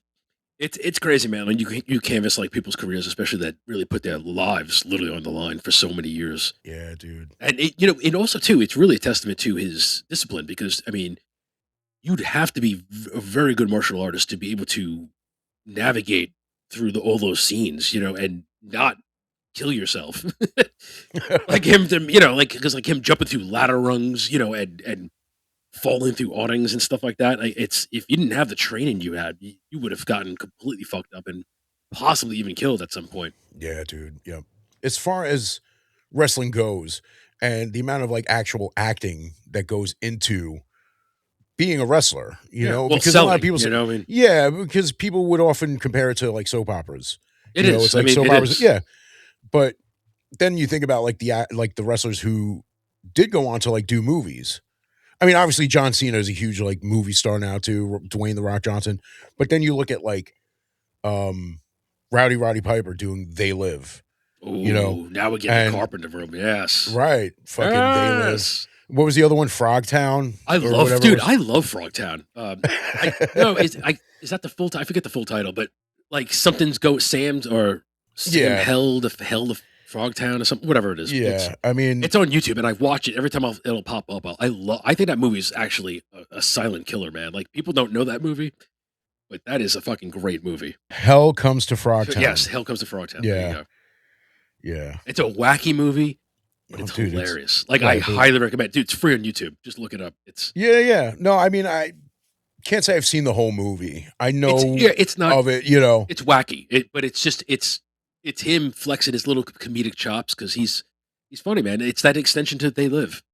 Okay, I want to throw this at you, and I know you're going to get it right away. Okay, I'm going to say a line from a movie that wrestlers were in. Okay. So there are two wrestlers in this scene, and these are the lines. You're a dead man, Ramsey. Whoa. No wonder you guys never talk. Suburban Commando. I was frozen today. It's funny when as soon as you're about to say it, I'm going, he's going to do you're a dead man, Ramsey. Dude. And then, I remember that movie, but I remember that scene. Of course, dude. How could you forget that scene? With the little child's voice. Not realizing it then that was the Undertaker. Yeah. Because that's right. Because it's like you got because like he had the shorter hair. He had the mullet. He had that. But he didn't have like the pale makeup on or anything like that. And he wasn't like Calloway. Yeah, and it wasn't. You're a dead man, Ramsey. No, it was a child's voice. You're a dead man, Ramsey. Whoa! No wonder you guys never talk. Fucking Hogan, dude. I loved Hogan in movies. I couldn't stand him as a wrestler, man. Just not a fan, dude. Actually. I just had to talk since you brought up They Live. I've been watching Carpenter flicks. You know what I mean? Because, being my favorite director, I'm pretty sure is your favorite director. I think it's fair to say Carpenter is my favorite. I put him as a favorite because I never really cared about directors until I started watching his movies. Right. And that's fair. I'm not a director guy. I'm not one of those guys going, oh, who directed that? But when you start watching movies and going, damn, that's his movie? That's his movie? Right, yeah. Well, I mean, dude, it's like, because when you're a kid and you see some of these movies that, obviously back then you shouldn't have been watching, But when you find out that it's John Carpenter who directed it, like Christine, Right. fucking love that movie, dude. I love it too, man. That movie's great. And I know they were talking about like doing a remake, which I really hope I don't want they to see a don't do. remake. Because the first one, They, like that one is so good, and I don't want it. Because like if you're gonna take it, they're gonna try to go, let's reinvent the wheel, and it's like let's not. yeah, because again, when you take a movie like Christine that was done all practical, and it's going to be all fucking CGI now. But It's going to okay, be all so bullshit. all right, so I'm glad you brought that up because it's one aspect that I want to now, since you brought that up, talk about is the one thing I love about Carpenter is his ability to set a tone and create an atmosphere that is so engaging is second to none. Like I don't know of any other director that I look at and can follow the movies and go, I just love the way he sets a tone. And I say that because in Christine, I never watched Christine for so many years because I thought the concept was so dumb. A car, an inanimate object that's possessed. But when you watch the movie, dude, your heart's remember that one scene where it's on Yeah. fire and it's he really conveyed like sentience in that thing, and it's like you could tell like he was like one guy's like running outside and the car's like on fire at that point and he's just slowly rolling and he's toying with that guy as he's like backing him up into that and you can feel like you know what I mean like it's like the same thing when since I've been watching all his movies now I've been going as I told you the other day I've been finding the handful of movies that I haven't watched and trying to find them so I could watch them and complete the collection so to speak. Yeah. And then one of them I added to was the Assault on Precinct 13. And just that heaviness, with like the gangs like being there, like looming over, and just that you're feeling like your heart in your throat because like it's just that suspense that's being built. And Yeah, dude. he's so good at conveying that. Yeah, dude. One of the most fucked up scenes that I remember seeing as a kid, not knowing that it was Assault on Precinct 13 because I was a kid and it was on TV, obviously years later watching the movie again because, John Carpenter, was the ice cream truck scene. Mm, The girl, she's like, "Sir, this isn't what I ordered," and the guy just fucking shoots her. I yeah. remember seeing that as a kid, and Dude, and it's a kid too. Like it's yeah, shit you don't see anymore. You know what I mean? And right, yeah. Well, it's not that you don't see it; you do see it. I mean, it's just well, I'm talking about it's okay, worse now. but like, see, what made that so significant is there was no build up. It was literally an immediate, like, I'll take ice cream, and he just boom, and you just see it Yeah. fly back, and it's like, Yep. whoa, like you're like, and I just watched this the other day, and Yeah, I just remember going, wow, like I couldn't, if I would have watched this back in the 70s, if I was alive then, I would have been like, holy shit, that would have haunted me. well, dude, it haunted me as a kid. Dude, it haunts me now because like she's just standing there, just like, this isn't what I asked for, and it's like, plip, and you just see the blood like And that just was splat. in the beginning. That was in the beginning, yeah. That's what. Well, I mean, that was part of what started the whole thing too, and it's Right. like. But I'm saying, like, that was Just- like that. You didn't even have to work your way into it. That was like, Yeah. that set the tone. Dude, like that's one of those scenes that's still like, it's so uneasy, man. Like, because I was talking about this earlier today because, in one of these groups, I posted a meme from Halloween 3 and someone commented, this movie still scares me. I was like, yeah, it still freaks me out.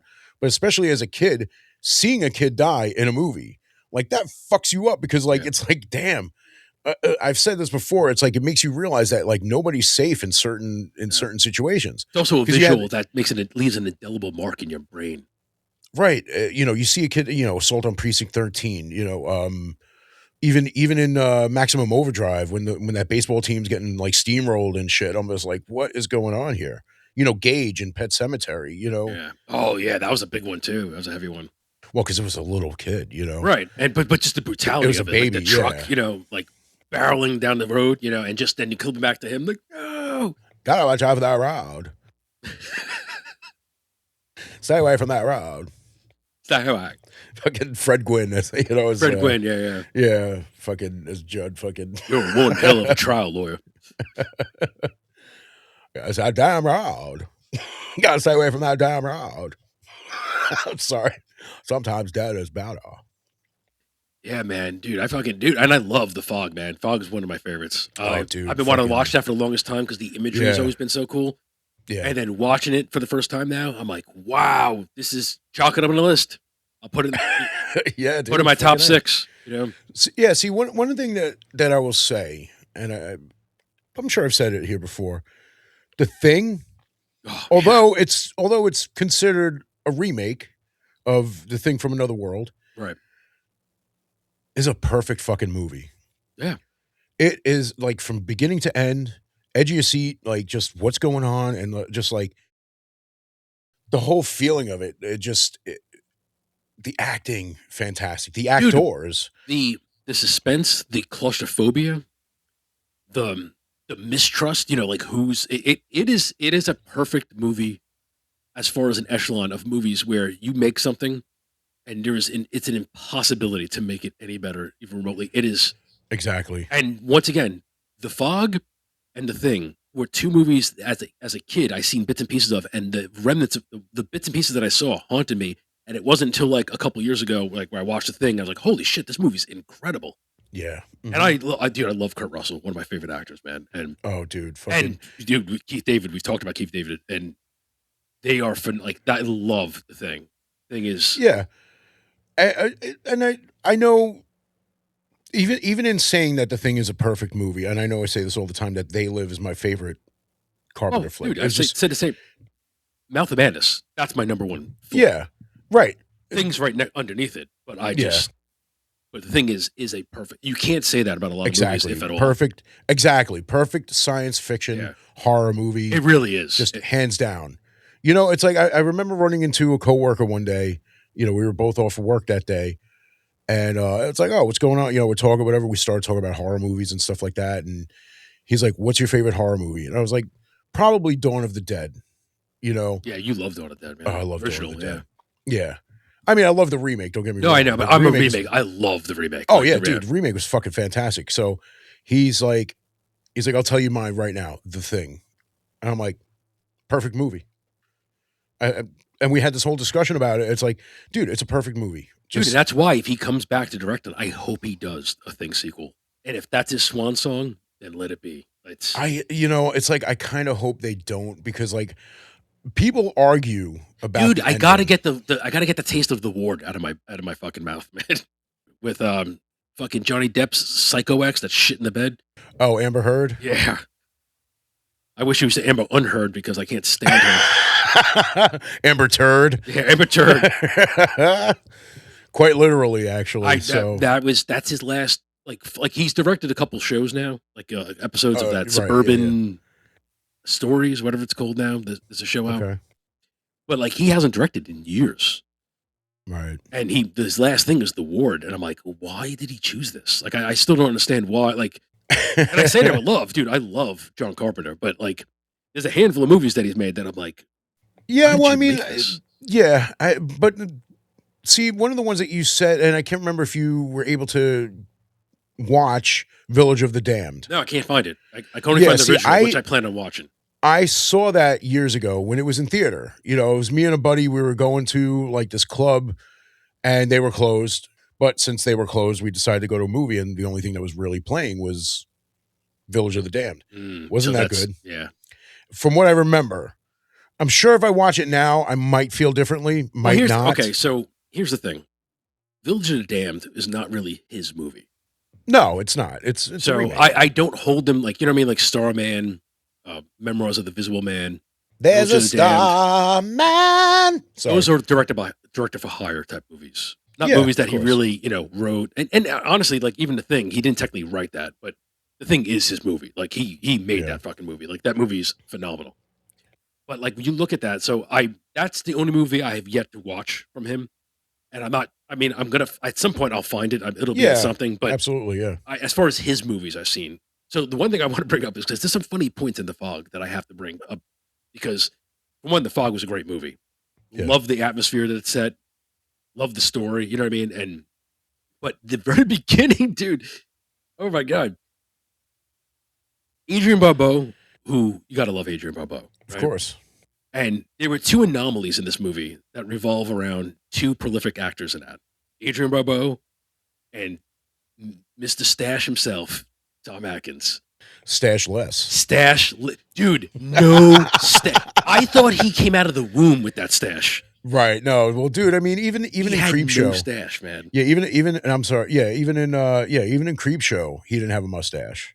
Dude, okay. But Yeah. it's weird. It's weird. I forgot about It's it. See, I just haven't watched that in a long time, though.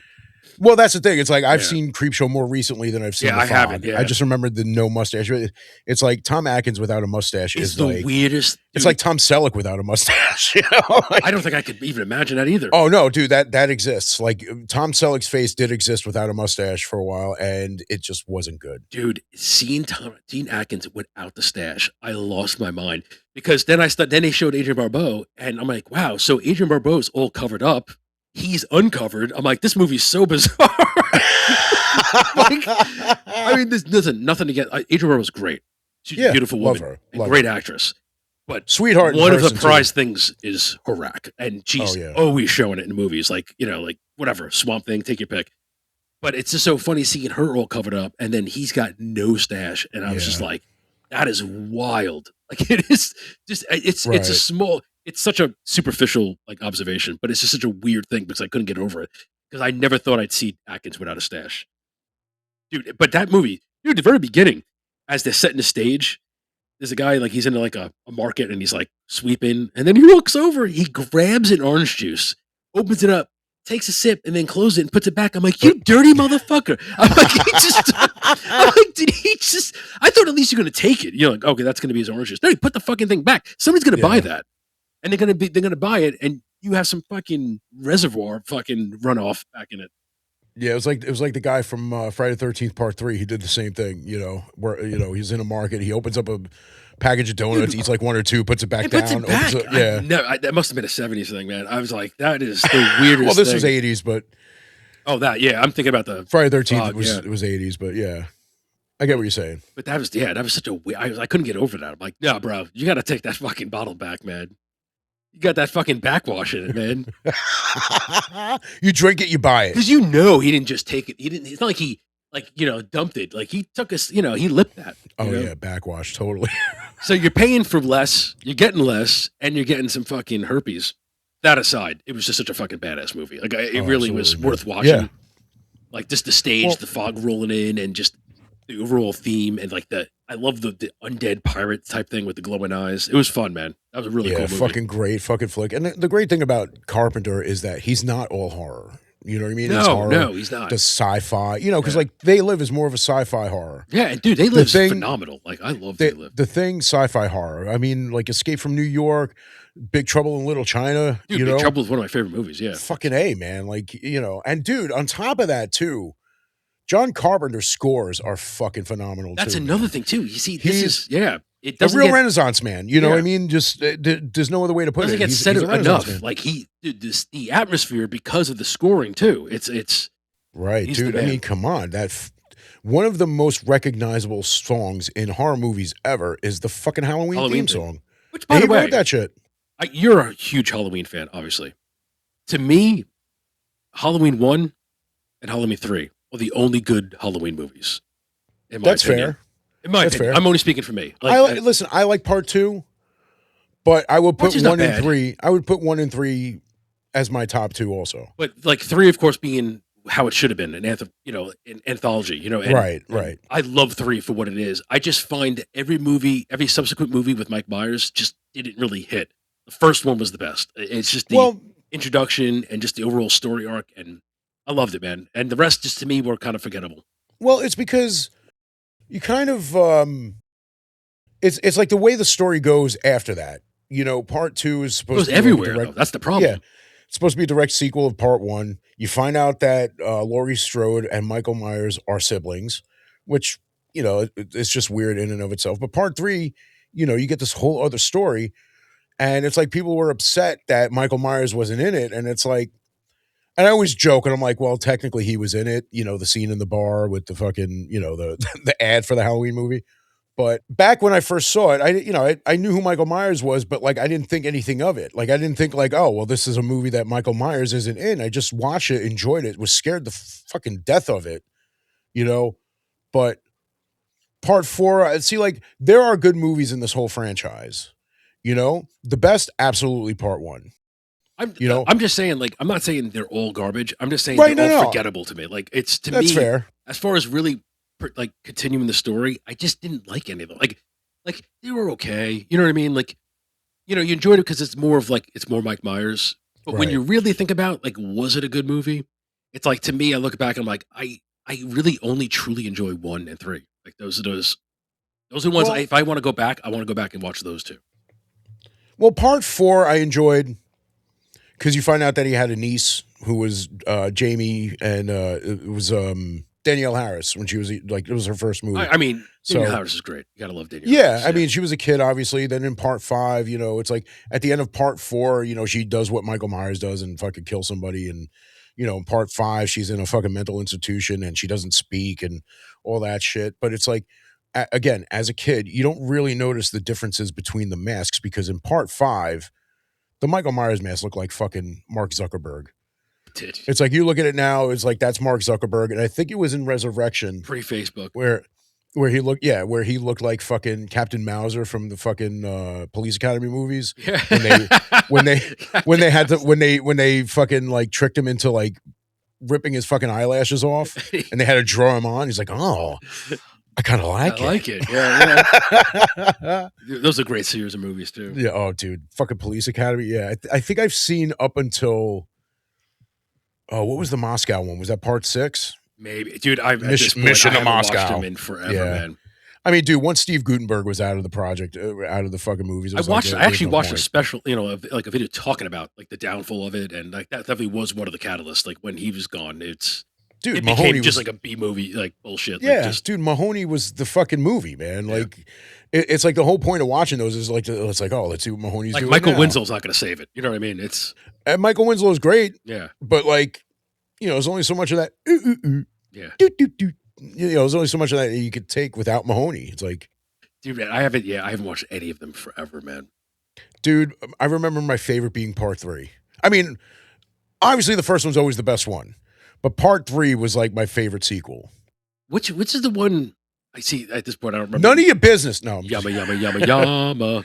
That was yumma. I love that one. That was Citizens on Patrol, I think. Maybe that was I love that one. That was the one with David Spade.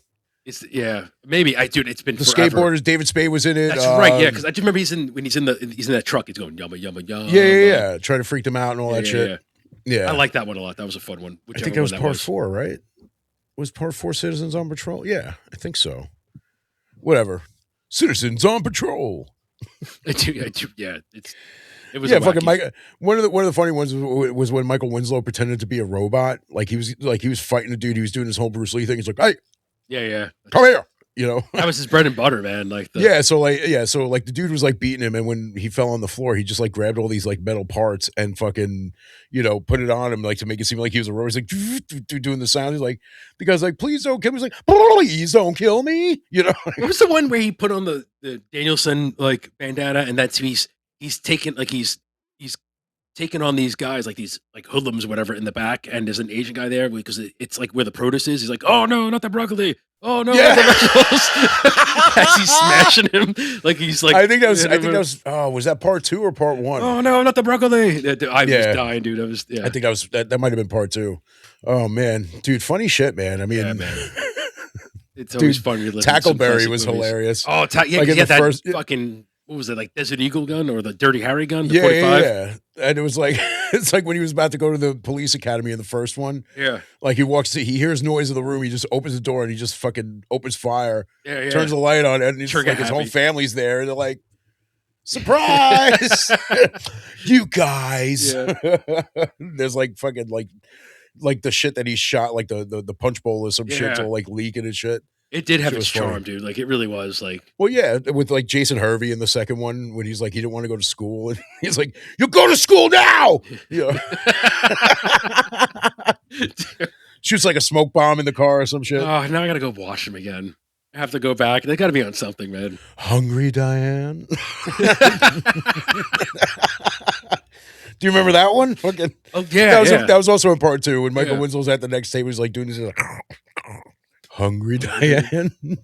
She's blowing her nose. He's like, and she gets like all upset.